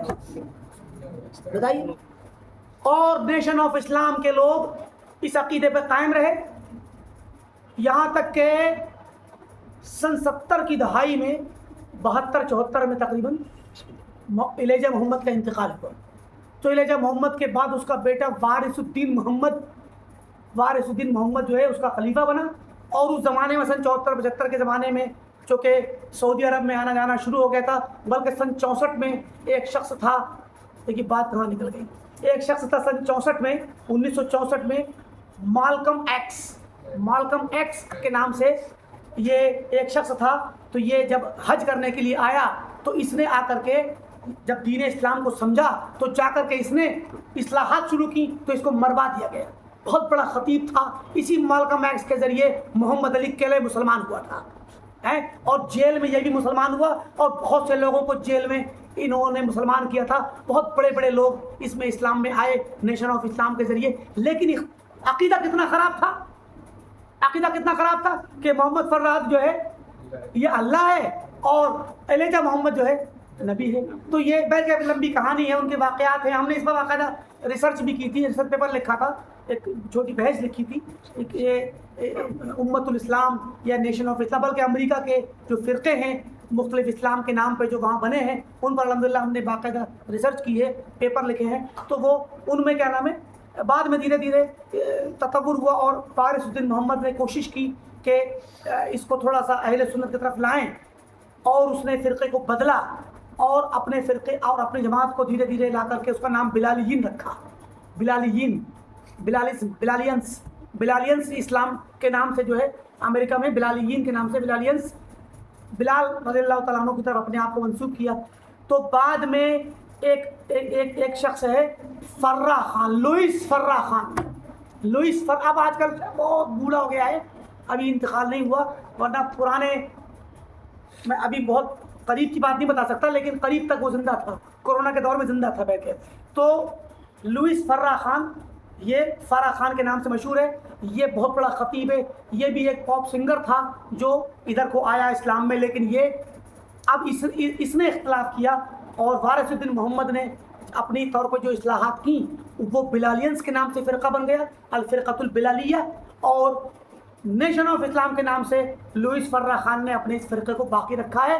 تو یہ دونوں لوگ کبھی کبھی آپس میں صلح بھی کر لیتے ہیں. وارث الدین محمد کا غالباً انتقال ہو چکا ہے, تو یہ ابھی 2000 کچھ کے بعد ہی انتقال ہوا, 8 میں یا 12 میں, بھی سب یاد نہیں رہ گیا مجھے. تو بہرکیف ان کے یہاں آج بھی یہی ہے کہ وہ یہ لوئس فرا خان, یہ لوگ ایلیجا محمد کو نبی مانتے ہیں آج بھی, بالکل قادیانیت کے طریقے پر, سمجھے کہ نہیں. تو مطلب یہ کہنے کا کہ یہ جو دور آج کا ہمارے یہاں ہے کہ کوئی بھی آ کر کے دعویٰ کر دیتے ہیں نبوت کا, لوگ اس کو نبی مان لیتے ہیں, اور تو کہتے ہیں امام ابن بطہ کہ اگر کوئی یہ بھی کہہ دے کہ میں رب ہوں تو اس کو ہی مان لیں گے. تو 1000 سال پہلے کا دور اور 100 سال پہلے کا دور اور آج کا دور کوئی فرق نہیں پڑا, بلکہ اب تو اور زیادہ ممکن ہے کہ کوئی دعویٰ کر دے نبوت اور ربوبیت کا. تو اب تو اور زیادہ لوگ ایسے گمراہ ہونے کے حالات میں ہیں کہ کوئی بھی گمراہ ہو سکتا ہے. اللہ تعالیٰ ہم سب کی حفاظت فرمائے. تو فرمایا کہ فقط ذکرت ما حضرنی من الآیات التي عاب اللہ فیہا المختلفین وذم بها الباغین, میں نے وہ آیتیں آپ کے سامنے پیش کر دی ہیں جو اس وقت میرے دماغ میں حاضر ہو رہی ہیں, حفظ سے اپنے پیش کر دی, اور جن آیات میں اللہ تعالیٰ نے اختلاف کرنے والوں کو معیوب قرار دیا ہے, ان کی مذمت کی ہے, اور بغی کرنے والوں کی مذمت کی ہے, حسد کرنے والوں اور ظلم کرنے والوں کی. وَأَنَا الْآنَ أَذْكُرُ لَكَ الْآيَاتِ من القرآن, اور اب میں آپ کے سامنے کچھ ایسی قرآنی آیات ذکر کرنا چاہتا ہوں التی حذرنا فیہا ربنا تبارک و تعالی من الفرقۃ واختلاف، کہ جن آیات میں اللہ نے ہمیں ڈرایا ہے۔ پیچھے کی آیات میں پرانی قوموں کا ذکر تھا کہ انہوں نے اختلاف کیا، اور اب وہ آیتیں پیش کرنا چاہتے ہیں جن میں اللہ نے ہمیں ڈرایا ہے کہ ہم اختلاف اور انتشار نہ کریں۔ وَأَمَرَنَا بِلُزُومِ الْجَمَاعَةِ وَالْائْتِلَافِ، اور ہمیں حکم دیا ہے کہ ہم جماعت کے ساتھ لازمی طور پر رہیں اور پکڑ لیں لازم اس کو، اور ائتلاف اور اتحاد قائم رکھیں۔ نصیحت لاخواننا، میں یہ آیتیں پیش کرنا چاہتا ہوں اپنے بھائیوں کی خیر خواہی کے طور پر، وشفقۃ علی اہل مذہبنا، اور اپنے مذہب کے لوگوں پر، یعنی اپنے اہل سنت والجماعت کے جو مذہب کے لوگ ہیں ان کو پر شفقت کرتے ہوئے میں چاہتا ہوں کہ آیتیں پیش کر دوں۔ قال اللہ تعالی، اللہ تعالیٰ نے فرمایا واعتصموا بحبل اللہ جمیعا ولا تفرقوا، کہ اللہ تعالیٰ کی رسی کو مضبوطی سے پکڑ لو اور اختلاف اور افتراق نہ کرو۔ وَاذْكُرُوا نِعْمَةَ اللَّهِ عَلَيْكُمْ إِذْ كُنْتُمْ أَعْدَاءً فَأَلَّفَ بَيْنَ قُلُوبِكُمْ إِلَى آخر آیا، کہ یاد کرو کہ اس وقت کو جب اللہ کی اس نعمت کو جو اللہ نے تم پر نعمت کی، اور تم جب آپس میں دشمن تھے تو اللہ نے تمہاری دشمنی کو دور کر دیا اور آپس میں محبت پیدا کر دی۔ یہ بہت بڑی نعمت ہے۔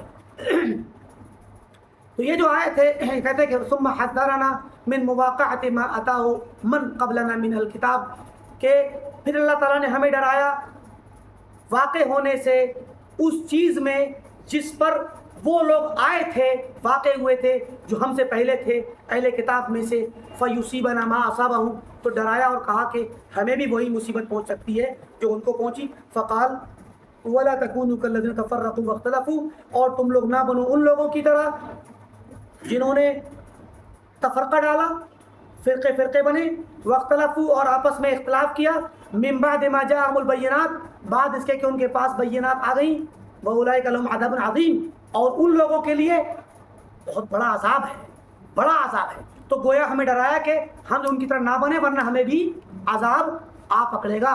فَأَخْبَرَنَا أَنَّهُمْ عَنِ الْحَقِّ رَجَعُوا، اللہ نے ہمیں خبر دی کہ وہ لوگ حق سے پلٹ گئے، وَمِن بَعْدِ الْبَيَانِ اخْتَلَفُوا، اور بیان اور علم آنے کے بعد انہوں نے اختلاف کیا۔ وقال تعالی، اور اللہ نے فرمایا وَأَنَّ هَذَا صِرَاطِي مُسْتَقِيمًا فَاتَّبِعُوهُ، کہ یہ میرا راستہ مستقیم ہے، اسی کو پکڑو، اسی کی پیروی کرو۔ وَلَا تَتَّبِعُوا السُّبُلَ، اور دوسرے راستوں کو نہ پکڑو، ان کی پیروی نہ کرو۔ فَتَفَرَّقَ بِكُمْ عَنْ سَبِيلِهِ، تو وہ راستے تم کو تفرقے میں ڈال دیں گے، اس کے اللہ کے راستے سے ہٹا دیں گے۔ ذالکم وصاکم بہ، یہی اللہ تعالیٰ نے تمہیں وصیت کی ہے، لعلکم تتقون، تاکہ تم اللہ سے ڈر سکو اور تقوی اختیار کر سکو۔ اور فرمایا شرع لکم من الدین ما وصی بہ نوحا، تمہارے لیے دین میں وہ چیزیں اللہ نے مشروع قرار دیں جن کی وصیت نوح کو کی تھی، والذی اوحینا الیک، اور وہی چیز، اسی چیز کی وحی اللہ تعالیٰ فرماتا ہے ہم نے اے اللہ کے نبی آپ کی طرف کی ہے۔ وما وصینا بہ ابراہیم موسیٰ وعیسیٰ، اور اسی چیز کی وصیت ابراہیم کو، موسیٰ کو اور عیسیٰ علیہ السلام کو کی تھی، کیا؟ ان اقیموا الدین ولا تتفرقوا فیہ، کہ دین کو قائم کرو، دین پر جمے رہو، دین پر برقرار رہو، اور اس میں افتراق نہ کرو۔ کبر علی المشرکین ما تدعوہم الیہ، مشرکین پر یہ بات بہت بڑی ہے جو آپ جس کی طرف دعوت دیتے ہیں۔ اور فرمایا کہ منیبین الیہ واتقوہ، اللہ تعالیٰ کی طرف انابت کرنے والے بنتے ہوئے اور اسی کا تقوی اختیار کرو۔ واقیموا الصلاۃ، اور صلاۃ قائم کرو۔ ولا تکونوا من المشرکین، اور مشرکین میں سے نہ بنو۔ من الذین فرقوا دینہم، ان مشرکین میں سے، ان لوگوں میں سے نہ بنو جنہوں نے اپنے دین میں تفرقہ ڈالا۔ وَكَانُوا شِيَعًا، اور الگ الگ جماعتیں بن کر کے جدا ہو گئے۔ كُلُّ حِزْبٍ بِمَا لَدَيْهِمْ فَرِحُونَ، ہر جماعت اپنے پاس جو کچھ بھی ہے اس کو لے کے خوش ہے کہ ہم صحیح ہیں۔ تو یہ جو آیات ہیں ظاہر ہے بلا شبہ ہر مسلمان کو ان آیات سے نصیحت پکڑنی چاہیے، ان آیات سے ان سبق لینا چاہیے، اور اللہ تعالیٰ نے جو منع کیا ہے، ڈرایا ہے اللہ کے راستے سے دور جانے سے، تفرقہ ڈالنے سے، بلا شبہ ابتدائی طور پہ اس کا مخاطب ہر انسان ہے، ہر مسلمان اس کا مخاطب ہے، چاہے وہ اہل سنت میں سے ہو یا وہ غیر اہل سنت میں سے ہو، یا کوئی بھی شخص ہو، حتیٰ کہ مشرکین بھی اس کے مخاطب ہیں کہ وہ مشرکین بھی اسلام کو قبول کریں اور اسلام میں آئیں اور اللہ کی رسی کو مضبوطی سے پکڑیں اور دین کے نام پہ اختلاف نہ کریں، اور ان کے بعد امت دعوت کے بعد امت اجابت جو اللہ کے نبی کی پوری امت ہے جس میں بہت سے فرقے بن چکے ہیں، وہ سب بھی مخاطب ہیں کہ وہ سب اللہ تعالیٰ کی رسی کو مضبوطی سے پکڑیں اور اپنے اپنے اختلافات کو چھوڑ کر کے اللہ کے دین پر آئیں۔ تو وہ اللہ کا دین کیا ہے؟ وہ اللہ کا دین قرآن اور حدیث ہے، قرآن و سنت ہے، صحابہ کا طریقہ ہے، ما انا علیہ و اصحابی ہے۔ اب ایسی صورت میں جب سب لوگوں کو خطاب ہے کہ وہ فرقہ واریت نہ کریں، تو صرف منع نہیں کیا گیا ہے، توجہ دینے کی ضرورت ہے۔ یہاں پر صرف یہ نہیں کہا گیا کہ جو ہے فرقے نہ بنو، بلکہ اللہ کی رسی کو مضبوطی سے پکڑنے کا حکم دیا گیا ہے۔ تو اللہ کی رسی کیا ہے؟ کہاں ہے وہ اللہ کی رسی؟ اللہ کی رسی قرآن ہے، اللہ کی رسی حدیث ہے اور اللہ کے نبی کی سنت ہے، اور اللہ کے نبی کی سنت پر اور قرآن پر چلنے والے صحابہ اور ان کا منہج ہے، کیونکہ یہ ہمیں خود اللہ کے نبی نے بتلا دیا ہے، خود اللہ نے ہی بتلایا ہے۔ وَمَن يُشَاقِقِ الرَّسُولَ مِن بَعْدِ مَا تَبَيَّنَ لَهُ الْهُدَىٰ وَيَتَّبِعْ غَيْرَ سَبِيلِ الْمُؤْمِنِينَ، اور فرما دیا کہ اهْدِنَا الصِّرَاطَ الْمُسْتَقِيمَ صِرَاطَ الَّذِينَ أَنْعَمْتَ عَلَيْهِمْ، ہمیں تلقین کی اور ہمیں دعا سکھلائی کہ ہم روزانہ، خاص کر حدیث نبی کے ذریعے ہمیں یہ خبر ملی کہ ہر صلاۃ میں، ہر رکعت میں ہم یہ دعا پڑھیں اور سورہ فاتحہ دہرائیں اور اللہ سے صراط مستقیم کی دعا کریں۔ تو اس کے بارے میں بتلا تعارف دیا، صراط مستقیم ہے کیا؟ صراط الذین انعمت علیہم، ان لوگوں کا راستہ جن پر اللہ نے، اے اللہ جن پر تو نے انعام کیا۔ یہ وہ کون لوگ ہیں؟ اولئک الذین انعم اللہ علیہم من النبیین والصدیقین والشہداء والصالحین، کہ یہ جن پر اللہ نے انعام کیا یہ کون لوگ ہیں؟ نبیوں پر اللہ نے انعام کیا، صدیقین پر، شہداء پہ، صالحین پر، اور انہی لفظوں کو حدیث نبی میں اس طریقے سے یاد کیا گیا کہ علیکم بسنتی و سنت الخلفاء الراشدین من بعدی، اور دوسرے لفظوں میں کہ ما انا علیہ و اصحابی۔ اب ان تمام چیزوں کو اکٹھا جب کریں گے آپ، تو آپ کے سامنے واعتصموا بحبل اللہ جمیعا کا مفہوم واضح ہو جائے گا کہ اللہ تعالیٰ کی رسی صراط مستقیم ہے، صراط مستقیم قرآن ہے، صراط مستقیم حدیث ہے، صراط مستقیم صحابہ کا راستہ ہے۔ فَإِنْ آمَنُوا بِمِثْلِ مَا آمَنْتُمْ بِهِ فَقَدْ اهْتَدَوْا، اللہ تعالیٰ نے صحابہ کے ایمان کو معیار بنایا ہے کہ صحابہ کے ایمان کی طرح جیسے تم ایمان لائے ہو، اگر تمہاری طرح ایمان لائیں تب وہ ہدایت والے کہلائیں گے۔ تو صحابہ کا ایمان، صحابہ کا عقیدہ، صحابہ کا منہج، صحابہ کا طریقہ، یہ کیا ہے؟ یہ آئیڈیل ہے، نمونہ ہے، ہمارے لیے قدوہ ہے، مثال ہے۔ تو اب ان تمام آیات اور نصوص کی روشنی میں یہ بات طے ہو جاتی ہے کہ اللہ کی رسی اور اللہ کا راستہ کتاب و سنت اور سلف کا منہج ہے، ما انا علیہ و اصحابی ہے۔ اب اگر ہم یہ سمجھیں کہ واعتصموا بحبل اللہ جمیعا ولا تفرقوا میں ان لوگوں کو بھی ہم تفرقو میں شمار کرنے لگیں جو صحابہ کے طریقے پہ موجود ہیں، تو یہ جائز نہیں ہوگا، یہ جائز نہیں ہوگا۔ یہ تو پھر منمانی تفسیر ہوگی، اور یہ پھر ایک طرح سے قرآن کے اندر اپنی رائے دینے والی بات ہوگی، نصوص کے خلاف آنے والی تفسیر ہوگی۔ قرآن کریم کی تفسیر حدیث سے کی جائے گی، صحابہ کے اقوال سے سمجھا جائے گا کہ قرآن میں کیا کہا گیا ہے۔ تو اس مجموعی آیات سے بلا شبہ وہ لوگ بھی جو ما انا علیہ و اصحابی پر چلتے ہیں، ان کو بھی استقامت اختیار کرنے کے لیے ڈرایا گیا ہے کہ تم اختلاف مت کرنا، جمے رہنا، لیکن ان کو ان کے ساتھ شریک کر کے تفرقہ باز اور فرقہ گرداننا اور شمار کرنا یہ جائز نہیں ہے۔ مصیبت یہ ہے کہ بعض اخوانی اور جو تحریکی مزاج کے لوگ ہیں وہ بھی یہاں تک روشگافی کرتے ہیں۔ ایک صاحب نے کتاب لکھی اور انہوں نے کہہ دیا کہ بھئی طائفہ منصورہ یعنی جو جماعت آخری زمانے تک موجود رہے گی، اس جماعت کو، جس کو اللہ کے نبی نے فرمایا کہ میری امت میں ایک جماعت ہمیشہ حق پر قائم رہے گی، اس جماعت کو طائفہ کہا گیا اور منصورہ بھی کہا گیا ہے کہ وہ مدد یافتہ ہوگی لا یضرهم من خالفهم ولا من خذلهم، اسے کوئی نقصان نہیں پہنچا سکتا ان کا نہ مخالف نہ ان کا دھوکہ دے کر چھوڑ دینے والا، اکیلا چھوڑ دینے والا انسان بھی دھوکہ ان کو نقصان نہیں پہنچا پائے گا، اور وہ ظاہرین علی الحق، حق پر قائم رہیں گے، یقاتلون علی الحق، حق پر قتال کرتے رہیں گے، جنگ بھی کریں گے، مباحثہ بھی کریں گے، مناظرہ بھی کریں گے۔ تو یہ طائفہ کا ذکر ہے۔ اس طائفہ کی ایک صفت آئی ہے منصورہ، کہ مدد یافتہ۔ تو ایک صاحب نے کتاب لکھی، اس میں کہا کہ طائفہ منصورہ الگ چیز ہے، اور ما انا علیہ و اصحابی یہ الگ چیز ہے۔ سمجھے کہ نہیں؟ جو فرقہ ناجیہ ہے، اس کو فرقہ ناجیہ کہتے ہیں، کیونکہ اللہ کے نبی نے فرمایا ما انا علیہ و اصحابی کلھا فی النار الا واحدہ، سارے کے سارے 72 فرقے جو ہوں گے وہ جہنم میں جائیں گے سوائے ایک کے۔ تو صحابہ نے پوچھا وہ کون ہے؟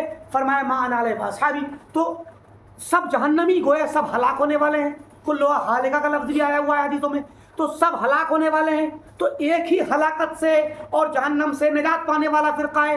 تو جہنم سے نجات پانے والے فرقہ کون ہے؟ ما انا علیہ و اصحابی۔ تو ایک صاحب ہیں سلمان عودہ، سلمان عودہ صاحب نے کیا کیا؟ کتاب لکھی اور اس میں وضاحت کی کہ بھائی ما انا علیہ و اصحابی فرقہ ناجیہ الگ چیز ہے اور طائفہ منصورہ الگ چیز ہے۔ حتیٰ کہ شیخ صالح فوزان حفظہ اللہ سے سوال کیا گیا کہ کیا اس میں کوئی فرق ہے؟ تو شیخ نے بتلایا کہ کوئی فرق نہیں ہے، یہ ایک ہی جماعت کے دونوں وصف ہیں، ایک ہی جماعت کے دونوں صفتیں ہیں، کہ جو جماعت 72 فرقوں کے علاوہ تنہا بچے گی اور وہ جماعت جو نجات پائے گی اور جہنم سے بچے گی، وہی جماعت شروع سے لے کے آخر تک قائم رہے گی اور وہی مدد یافتہ رہے گی۔ تو دونوں میں کوئی فرق نہیں ہے، دونوں ایک ہی جماعت کے الگ الگ نام ہیں، مگر انہوں نے کیوں الگ کیا؟ سوچنے والی بات یہ ہے انہوں نے الگ کیوں کیا؟ سروریہ نے، سروری فرقے نے اور ان کے امام اور ان کے قائد اعظم حضرت سلمان عودہ صاحب نے کیوں الگ کیا؟ کیونکہ طائفہ منصورہ یا جو طائفہ کا نام جو آیا ہے کہ ایک جماعت ہمیشہ حق پر رہے گی، اس میں قتال کا ذکر ہے، اس میں قتال کا ذکر ہے، جنگ کرتی رہے گی، قتال کرتی رہے گی۔ اور سروری اور اخوانیوں کا تو ابتدائی نعرہ ہی جہاد اور بغاوت ہے، تو وہ گویا انہوں نے یہ میسج دینے کی کوشش کی کہ طائفہ منصورہ جو ہے وہ قتال کرنے والی جماعت یہ بھی حق پر ہے مگر یہ الگ ہوگی، اور ما انا علیہ و اصحابی والی جماعت یہ بھی حق پر ہے، یہ الگ ہوگی۔ تو گویا اپنے آپ کو طائفہ منصورہ میں شمار کرانا مقصد ہے، ہم جہاد کے علم بردار ہیں، جہاد کی بات کرتے ہیں، بغاوتوں کو جہاد کا نام دیتے ہیں، اور ہم عدل و انصاف کی آواز لگاتے ہیں۔ تو گویا ہم اپنے جب سے ہماری جماعت کھڑی ہوئی ہے حسن بننا کے زمانے سے یا مولانا مودودی کے زمانے سے، تب سے گویا ہم جہاد کے علم بردار ہیں، اور جب بھی موقع ملتا ہے ہم جہاد کا فتویٰ دیتے ہیں۔ تو جہاد کرنا، قتال کرنا گویا ہماری جماعت کی خصوصیت ہے، اور اللہ کے نبی کی سنت پر، صحابہ کی سنت پر قائم رہنا یہ سلفیوں کی سنت ہے، خصوصیت ہے۔ تو آپ بھی حق پہ ہیں، ہم بھی حق پہ ہیں، تو میں بھی صحیح ہوں، آپ بھی صحیح ہیں، ہو گیا نا؟ میں بھی صحیح اور آپ بھی صحیح۔ تو یہ سروریہ کا یہ جملہ کہ میں بھی صحیح ہوں، یہ حقیقت میں امام سروریہ اور امام اخوان حسن بننا اور مولانا مودودی کا جملہ ہے۔ کیوں؟ کیونکہ یہ اخوانیت اور مودودیت جس کو ہم تحریکیت کہتے ہیں، یہ جو فرقے یا جماعتیں ہیں، یہ اصل میں اس منہج پر قائم ہیں کہ ہم تمام مسلمانوں کو جمع کر لیں ایک جھنڈے کے تحت، تاکہ سب مل کر کے حکومت قائم کریں۔ تو اب جب یہ کام کریں گے ظاہر ہے کہ سب کو ساتھ میں لانے کے لیے تھوڑا کچھ نہ کچھ اتفاق کے پوائنٹ چاہیے نا۔ تو ان کا اصول ہے نتفق فی ما اتفقنا، جو اصول آپس میں ہمارے اتفاق کے ہیں اس میں ہم اتفاق کر لیتے ہیں، جو مشترکہ ہماری میراث ہے، مشترکہ دھروہر ہے، اس پر اتفاق کر لو۔ وَيَعْذُرُ بَعْضُنَا بَعْضًا فِي مَا اخْتَلَفْنَا فِيهِ، اور ایک دوسرے کو معذور مانو اختلافی مسائل میں۔ تو یہ ان کا جو مسلک بنا وہ یہی بنا کہ آپ بھی صحیح، میں بھی صحیح، یا ہم بھی صحیح۔ تو میں بھی صحیح والا جو جملہ ہے وہ حقیقت میں حق کی آواز نہیں ہے، بلکہ حق و باطل کو اکٹھا کرنے والی آواز ہے، حق و باطل کو ملا دینے والی آواز ہے۔ اور آپ دیکھیں کہ یہ اس طرح کے جملے اور اس طرح کے معنی مفہوم جو لوگ بھی بیان کرتے ہیں کہیں نہ کہیں ان کا اخوانیوں سے تعلق ہوگا، اخوانیوں کو پسند کریں گے یا سروریوں کو پسند کریں گے، ان سے تعلق ہوگا، ان کے علماء سے تعلقات ہوں گے، ان سے سیکھیں گے اور انہی کے جیسا تحریکی مزاج ہوگا، انہی کے جیسا انقلابی مزاج ہوگا۔ انقلاب یا تحریک اپنے آپ میں ناپسندیدہ نہیں، اگر انقلاب حق کے لیے ہو، اگر تحریک حق کو اٹھانے کے لیے ہو، جیسے کہ محمد بن عبد الوہاب رحمۃ اللہ علیہ نے نجد میں حق کی آواز لگائی اور توحید کی تحریک اور توحید کا انقلاب لانے کے لیے انہوں نے تبلیغ شروع کی۔ ایسے ہی بر صغیر کے اندر تحریک شہیدین جب آئی اور شاہ اسماعیل دہلوی رحمۃ اللہ علیہ نے اور سید احمد عرفان بریلوی رحمۃ اللہ علیہما نے مل کر کے جو تحریک چلائی، اس تحریک میں یہ تحریک اہل حدیث تھی جو گویا نئے انداز میں اٹھے تھے، ورنہ ہندوستان میں اہل حدیثوں کی پیداوار اس وقت سے نہیں ہے۔ اہل حدیث تو ہر صدی میں اس ہندوستان میں رہے اور بر صغیر میں موجود رہے، اور صحابہ کے دور سے اور محمد بن قاسم کے زمانے سے، بلکہ اس سے بھی پہلے سے اہل حدیث اس ہندوستان میں آنا شروع ہوئے اور برقرار رہے۔ ہر زمانے میں علماء آتے رہے اور اپنے اپنے علاقے میں کام کرتے رہے، حتیٰ کہ شیخ الاسلام ابن تیمیہ رحمۃ اللہ علیہ کے شاگرد بھی اس ہندوستان میں آئے اور آ کر کے انہوں نے شیخ الاسلام ابن تیمیہ کے مسلک کو پھیلایا، اور جو محمد تغلق تھا، بادشاہ محمد تغلق، وہ شیخ الاسلام ابن تیمیہ کے شاگرد سے بہت متاثر ہوا اور اس دہلی کے اندر اور اپنے دائرۂ حکومت کے اندر اس نے اسلامی حکومت قائم کی اور سلفی حکومت قائم کی تھی۔ اسی لیے محمد تغلق کو جہاں غیر مسلم ناپسند کرتے ہیں، وہیں پر یہ صوفی اور یہ بدعتی لوگ بھی اس کو بہت برا کہتے ہیں۔ اتفاق سے محمد تغلق دونوں کے غضب کا شکار ہوا اور دونوں نے مل کر کے محمد تغلق کو بدنام کیا، ورنہ وہ ایک مصلح تھا اور ایک سیدھا سلفی سچا مسلمان تھا۔ صلاۃ کو قائم کرنے کے لیے، نماز کو قائم کرنے کے لیے جو لوگ سعودی عرب گئے ہیں وہ جانتے ہیں کہ وہاں پر باقاعدہ نماز پڑھانے کے لیے وہاں ایک ہیئہ ہے، ایک شعبہ ہے، اس شعبے کے ذمہ دار علماء نکلتے ہیں گاڑی میں بیٹھ کر پولیس کے ساتھ، پولیس کے لوگ ان کے ساتھ ہوتے ہیں اور وہ لوگوں کو مارکیٹ میں جا کر کے صلاۃ کہہ کر کے دکانیں بند کرواتے ہیں اور صلاۃ کے لیے بھیجتے ہیں۔ سعودی عرب میں آج تک نماز کے وقت میں کھلی ہوئی دکان والے کسی دکاندار کو قتل نہیں کیا گیا ہے، یہ اور باتیں پکڑ کر کے اس پر کچھ نہ کچھ سزا یا کوئی نہ کچھ تنبیہ کرتے ہیں، مگر اس دہلی کے اندر شاہ محمد تغلق نے صلاۃ نہ پڑھنے والوں کو، نماز کے وقت میں دکانیں کھولنے والوں کو تہہ تیغ کر دیا تھا۔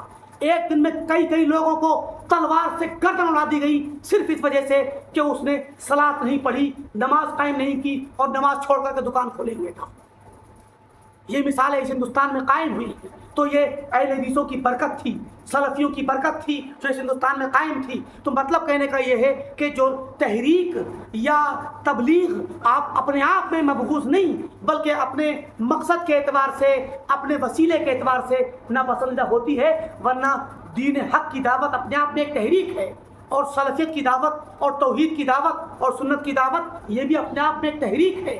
لیکن یہ جو تحریکی لوگ ہیں، ان کی تحریک ہے سیاسی تحریک، یہ سیاسی تختہ پلٹنا چاہتے ہیں۔ تو جو لوگ بھی سیاسی تختہ پلٹ کرنا چاہتے ہیں وہ لوگ اخوانیت کے یا تو دلزادہ ہوتے ہیں، نمائندے ہوتے ہیں، اخوانیت کے داعی ہوتے ہیں، موجودیت کے داعی ہوتے ہیں، یا اگر ڈائریکٹ داعی اور ممبر نہ ہو تو ان کے مداح ہوتے ہیں، ان سے متاثر ہوتے ہیں، تو ان کا ذہنی لگاؤ اور قلبی اور اعتقادی اور منہجی تانا بانا ان سے جا کے ضرور ملتا ہے۔ تو یہ کہنا کہ میں بھی صحیح ہوں، حقیقت میں یہ سروریوں کی دعوت ہے، اخوانیوں کی دعوت ہے، جو سیاسی مقاصد کے پیش نظر یا دیگر دنیاوی اغراض کے پیش نظر اپنے آپ کو اور دیگر مسلمانوں کو ایک پلیٹ فارم پہ اکٹھا کرنا چاہتے ہیں تاکہ وہ دنیا مقاصد کو حاصل کر سکیں۔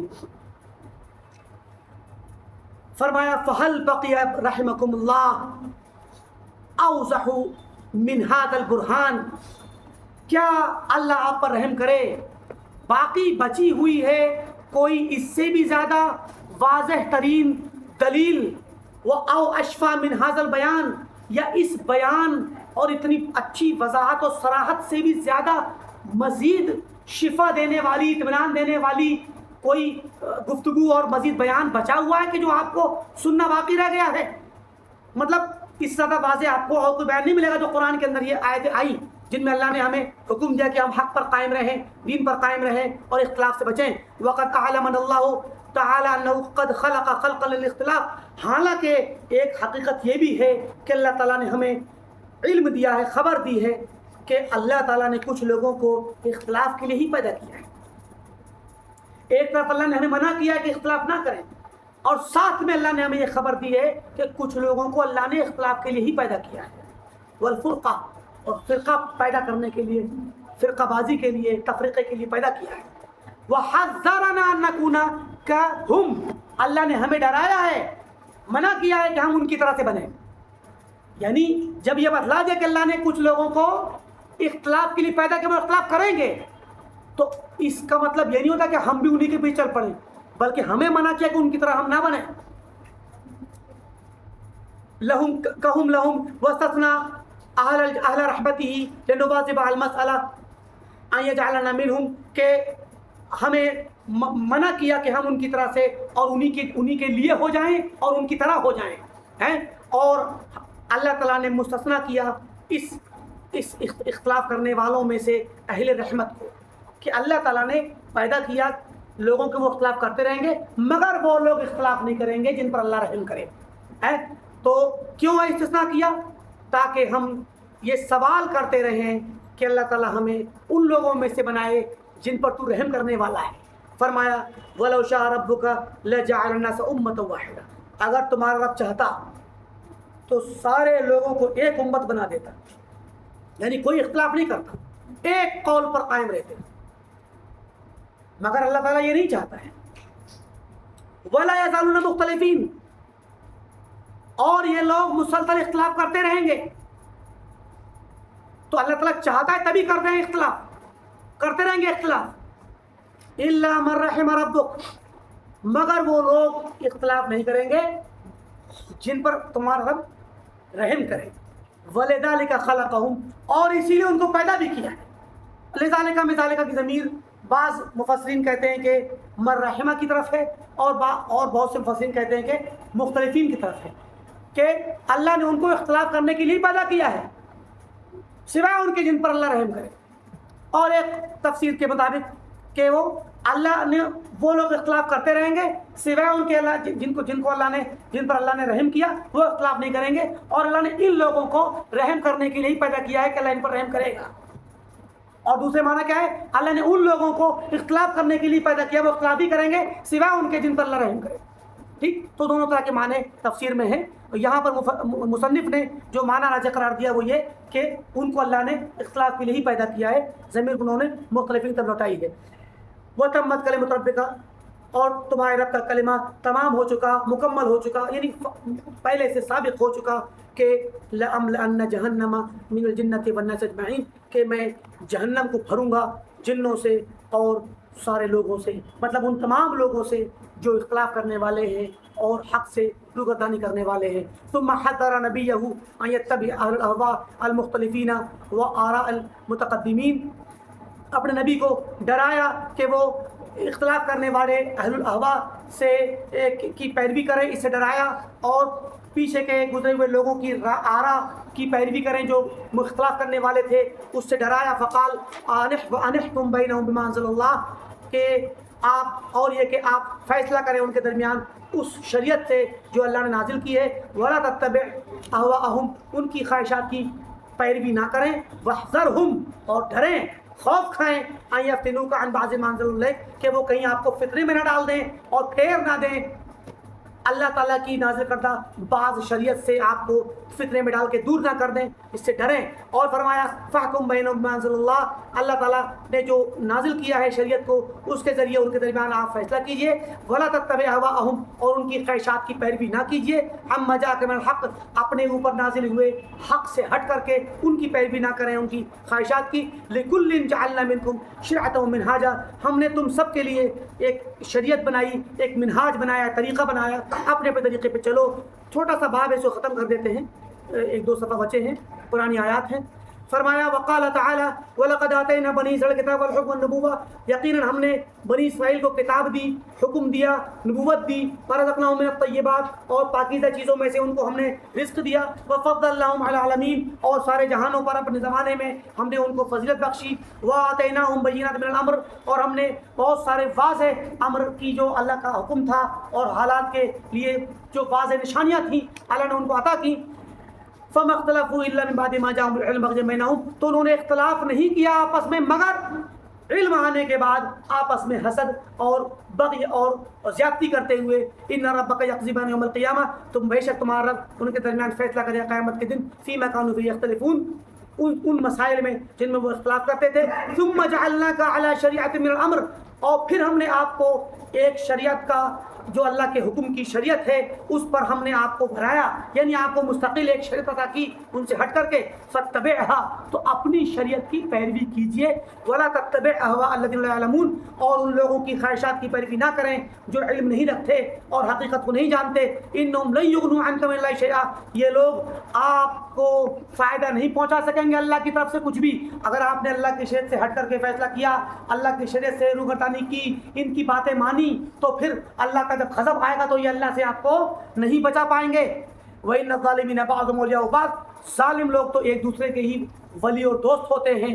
وَاللَّهُ وَلِيُّ الْمُتَّقِينَ، جبکہ اللہ تعالیٰ متقیوں کا ولی اور دوست ہوتا ہے، تو تم متقی بنو اور تقوی پہ رہو، تمہارا دوست اللہ ہے۔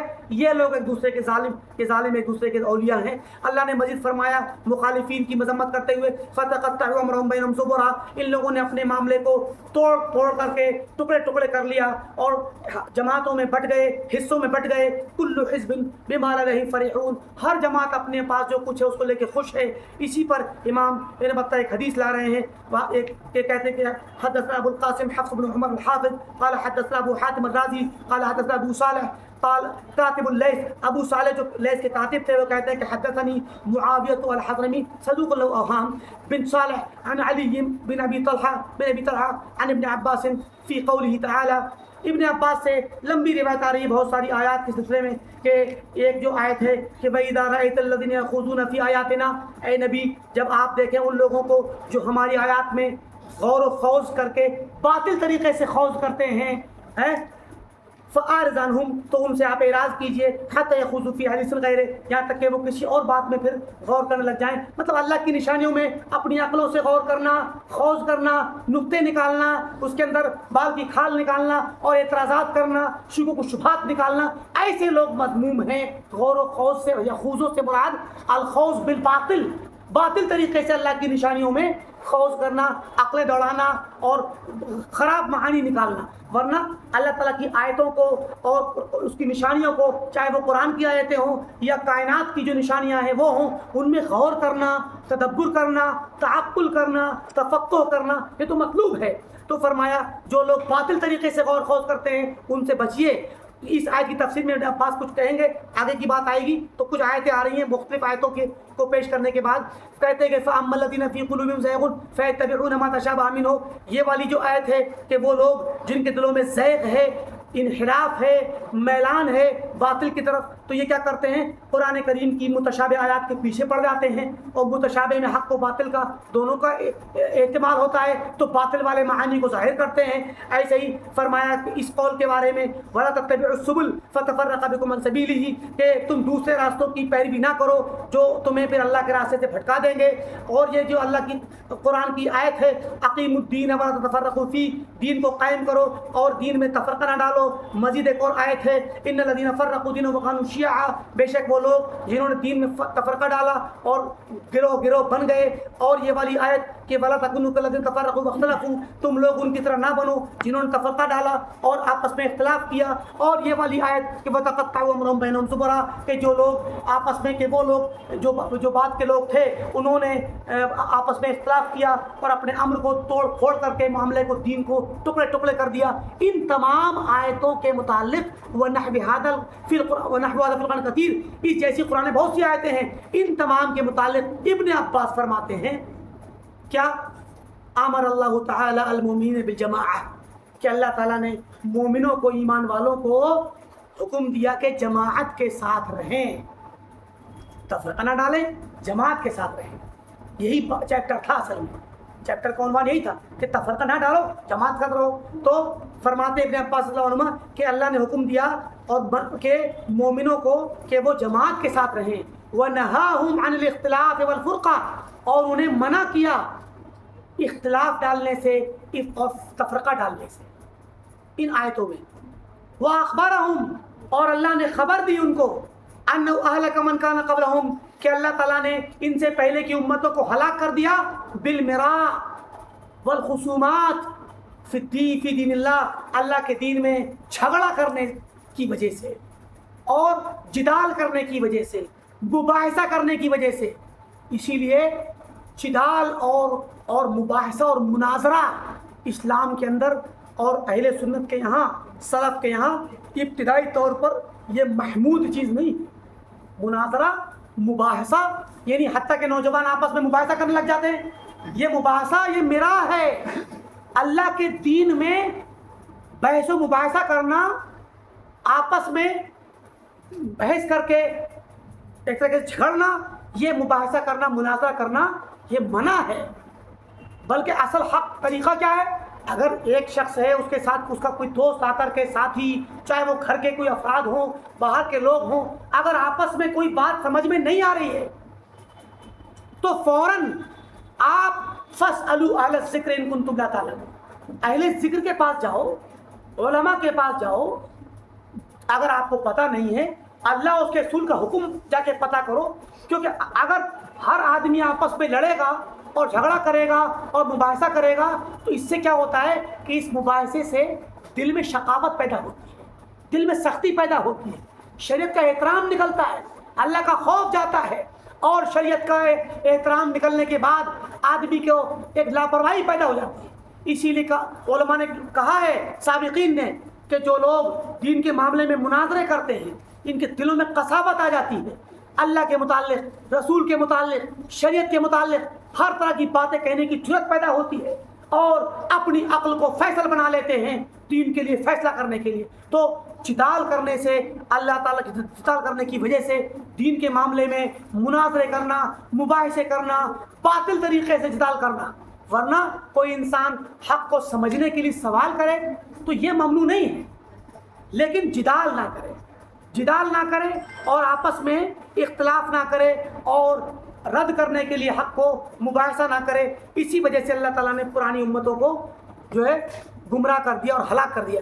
آخری حدیث یا آخری ٹکڑا اس چیپٹر کا پڑھ دیتے ہیں. فرماتے ہیں امام بطہ قال حدثنا ابو القاسم بن عمر قال حدثنا ابو حاتم قال حدثنا الربيع بن نافع قال حدثنا محمد بن مهاجر الانصاری. روایت صحیح ہے، سب لوگ ثقہ ہیں. قال سئل عیسی بن مریم عن الفرقة والاختلاف ما يوقعهما بين الناس. تو یہ ایک اسرائیلی روایت ہے، ظاہر ہے کہ یہ والی بات ہمارے دین میں نہیں ہے. کہ عیسیٰ بن مریم سے پوچھا گیا تھا کہ اختلاف اور تفرقے کے بارے میں کہ کون سی چیز لوگوں کو یہ اس میں ڈالتی ہے، یعنی لوگوں کے درمیان اختلاف جو ہوتا ہے تو لوگ اختلاف میں کون سی چیز لوگوں کو ڈالتی ہے. تو کہا قال، تو انہوں نے کہا تھا البغی والحسد، بغی اور حسد، یعنی ایک دوسرے سے حسد کرنا اور ایک دوسرے پر زیادتیاں کرنا اور خواہشات کے پیچھے پڑ کر کے ظلم و زیادتی کرنا، حق سے صرف نظر کر لینا. ان چیزوں کی وجہ سے ہی انسان اختلاف میں پڑتا ہے. وما یلائمہما من المعصیہ، اور بغی اور حسد کے سے جو چیز میل کھاتی ہے یعنی معصیت، گناہ بھی بغی اور حسد کی طرح ہوتا ہے. مطلب یہ ہوا کہ حسد مستقل گناہ ہے، بغی مستقل گناہ ہے. لیکن بغی اور ظلم و زیادتی یہ تنہا نہیں ہوتی، یہ کسی دوسرے سے جڑی ہوتی ہے. ظلم کرے گا تو دوسرا مظلوم بھی ہوگا، حسد کرے گا تو یہ حاسد ہوگا، دوسرا محسود ہوگا. تو یہ جو گناہ ہیں یہ ایک دوسرے سے جڑے ہوئے ہیں. لیکن دوسرے اور گناہ ہوتے ہیں جو گناہ انسان کو اختلاف کرنے پر ابھارتے ہیں. مثلا کوئی آدمی شراب کا دل دادا ہو نعوذ باللہ، تو اب کیا ہوگا، وہ کوشش کرے گا کہ میں اس کو حلال کر لوں کسی بھی طریقے سے، ہے کہ نہیں. تو بہت سی چیزیں ہوتی ہیں کہ جو گناہ انسان کرتا ہے کوشش کرتا ہے کہ وہ کسی نہ کسی طریقے سے اس کو حلال کرنے کی کوشش کرتا ہے، تو اس سے بھی اختلاف پیدا ہوتا ہے. وما يريده الله تعالى بالعامة من النقمة، اور یہ بھی ایک وجہ ہے کہ اللہ تعالیٰ جب عوام سے ارادہ کرتا ہے نقمت کا، انتقام کا یعنی عذاب کا. جب اللہ تعالیٰ امت کو اور عوام کو عذاب میں مبتلا کرنا چاہتا ہے تو بھی لوگوں میں اختلاف پیدا ہوتا ہے. تو گویا اختلاف یہ اللہ کے عذاب کو دعوت دینے والی چیز ہے اور یہ بڑی ہی مذموم ہے شریعت میں. اور شریعت اسلامیہ کا قاعدہ اور اصول یہ ہے کہ تمام اہل اسلام کتاب و سنت پر اور سیدھی راہ پر اللہ کی رسی پر جمے ہوئے رہیں اور اختلاف سے بچیں, افتراق و انتشار سے بچیں اور اپنے خواہشات نفس کی پیروی کرنے سے بچیں, ظلم و زیادتی سے بچیں, حسد سے بچیں اور ہر اس گناہ سے, ہر اس حرکت سے بچیں جو حرکت انہیں اختلاف کر لے جائے. اللہ رب العالمین سے دعا ہے کہ اللہ تعالیٰ تمام کو سنت پر قائم و دائم رکھے, ہمیں توحید پر قائم رکھے, صراط مستقیم پر قائم رکھے اور جماعت پر قائم رکھے اور منہج سلف پر قائم رکھے. جب تک دنیا میں رہیں, اسلام پر رہیں, جب ہمارا خاتمہ ہو تو توحید و سنت پر ہو. وآخر دعوانا الحمدللہ رب العالمین والسلام علیکم ورحمۃ اللہ وبرکاتہ. بسم اللہ الرحمن الرحیم.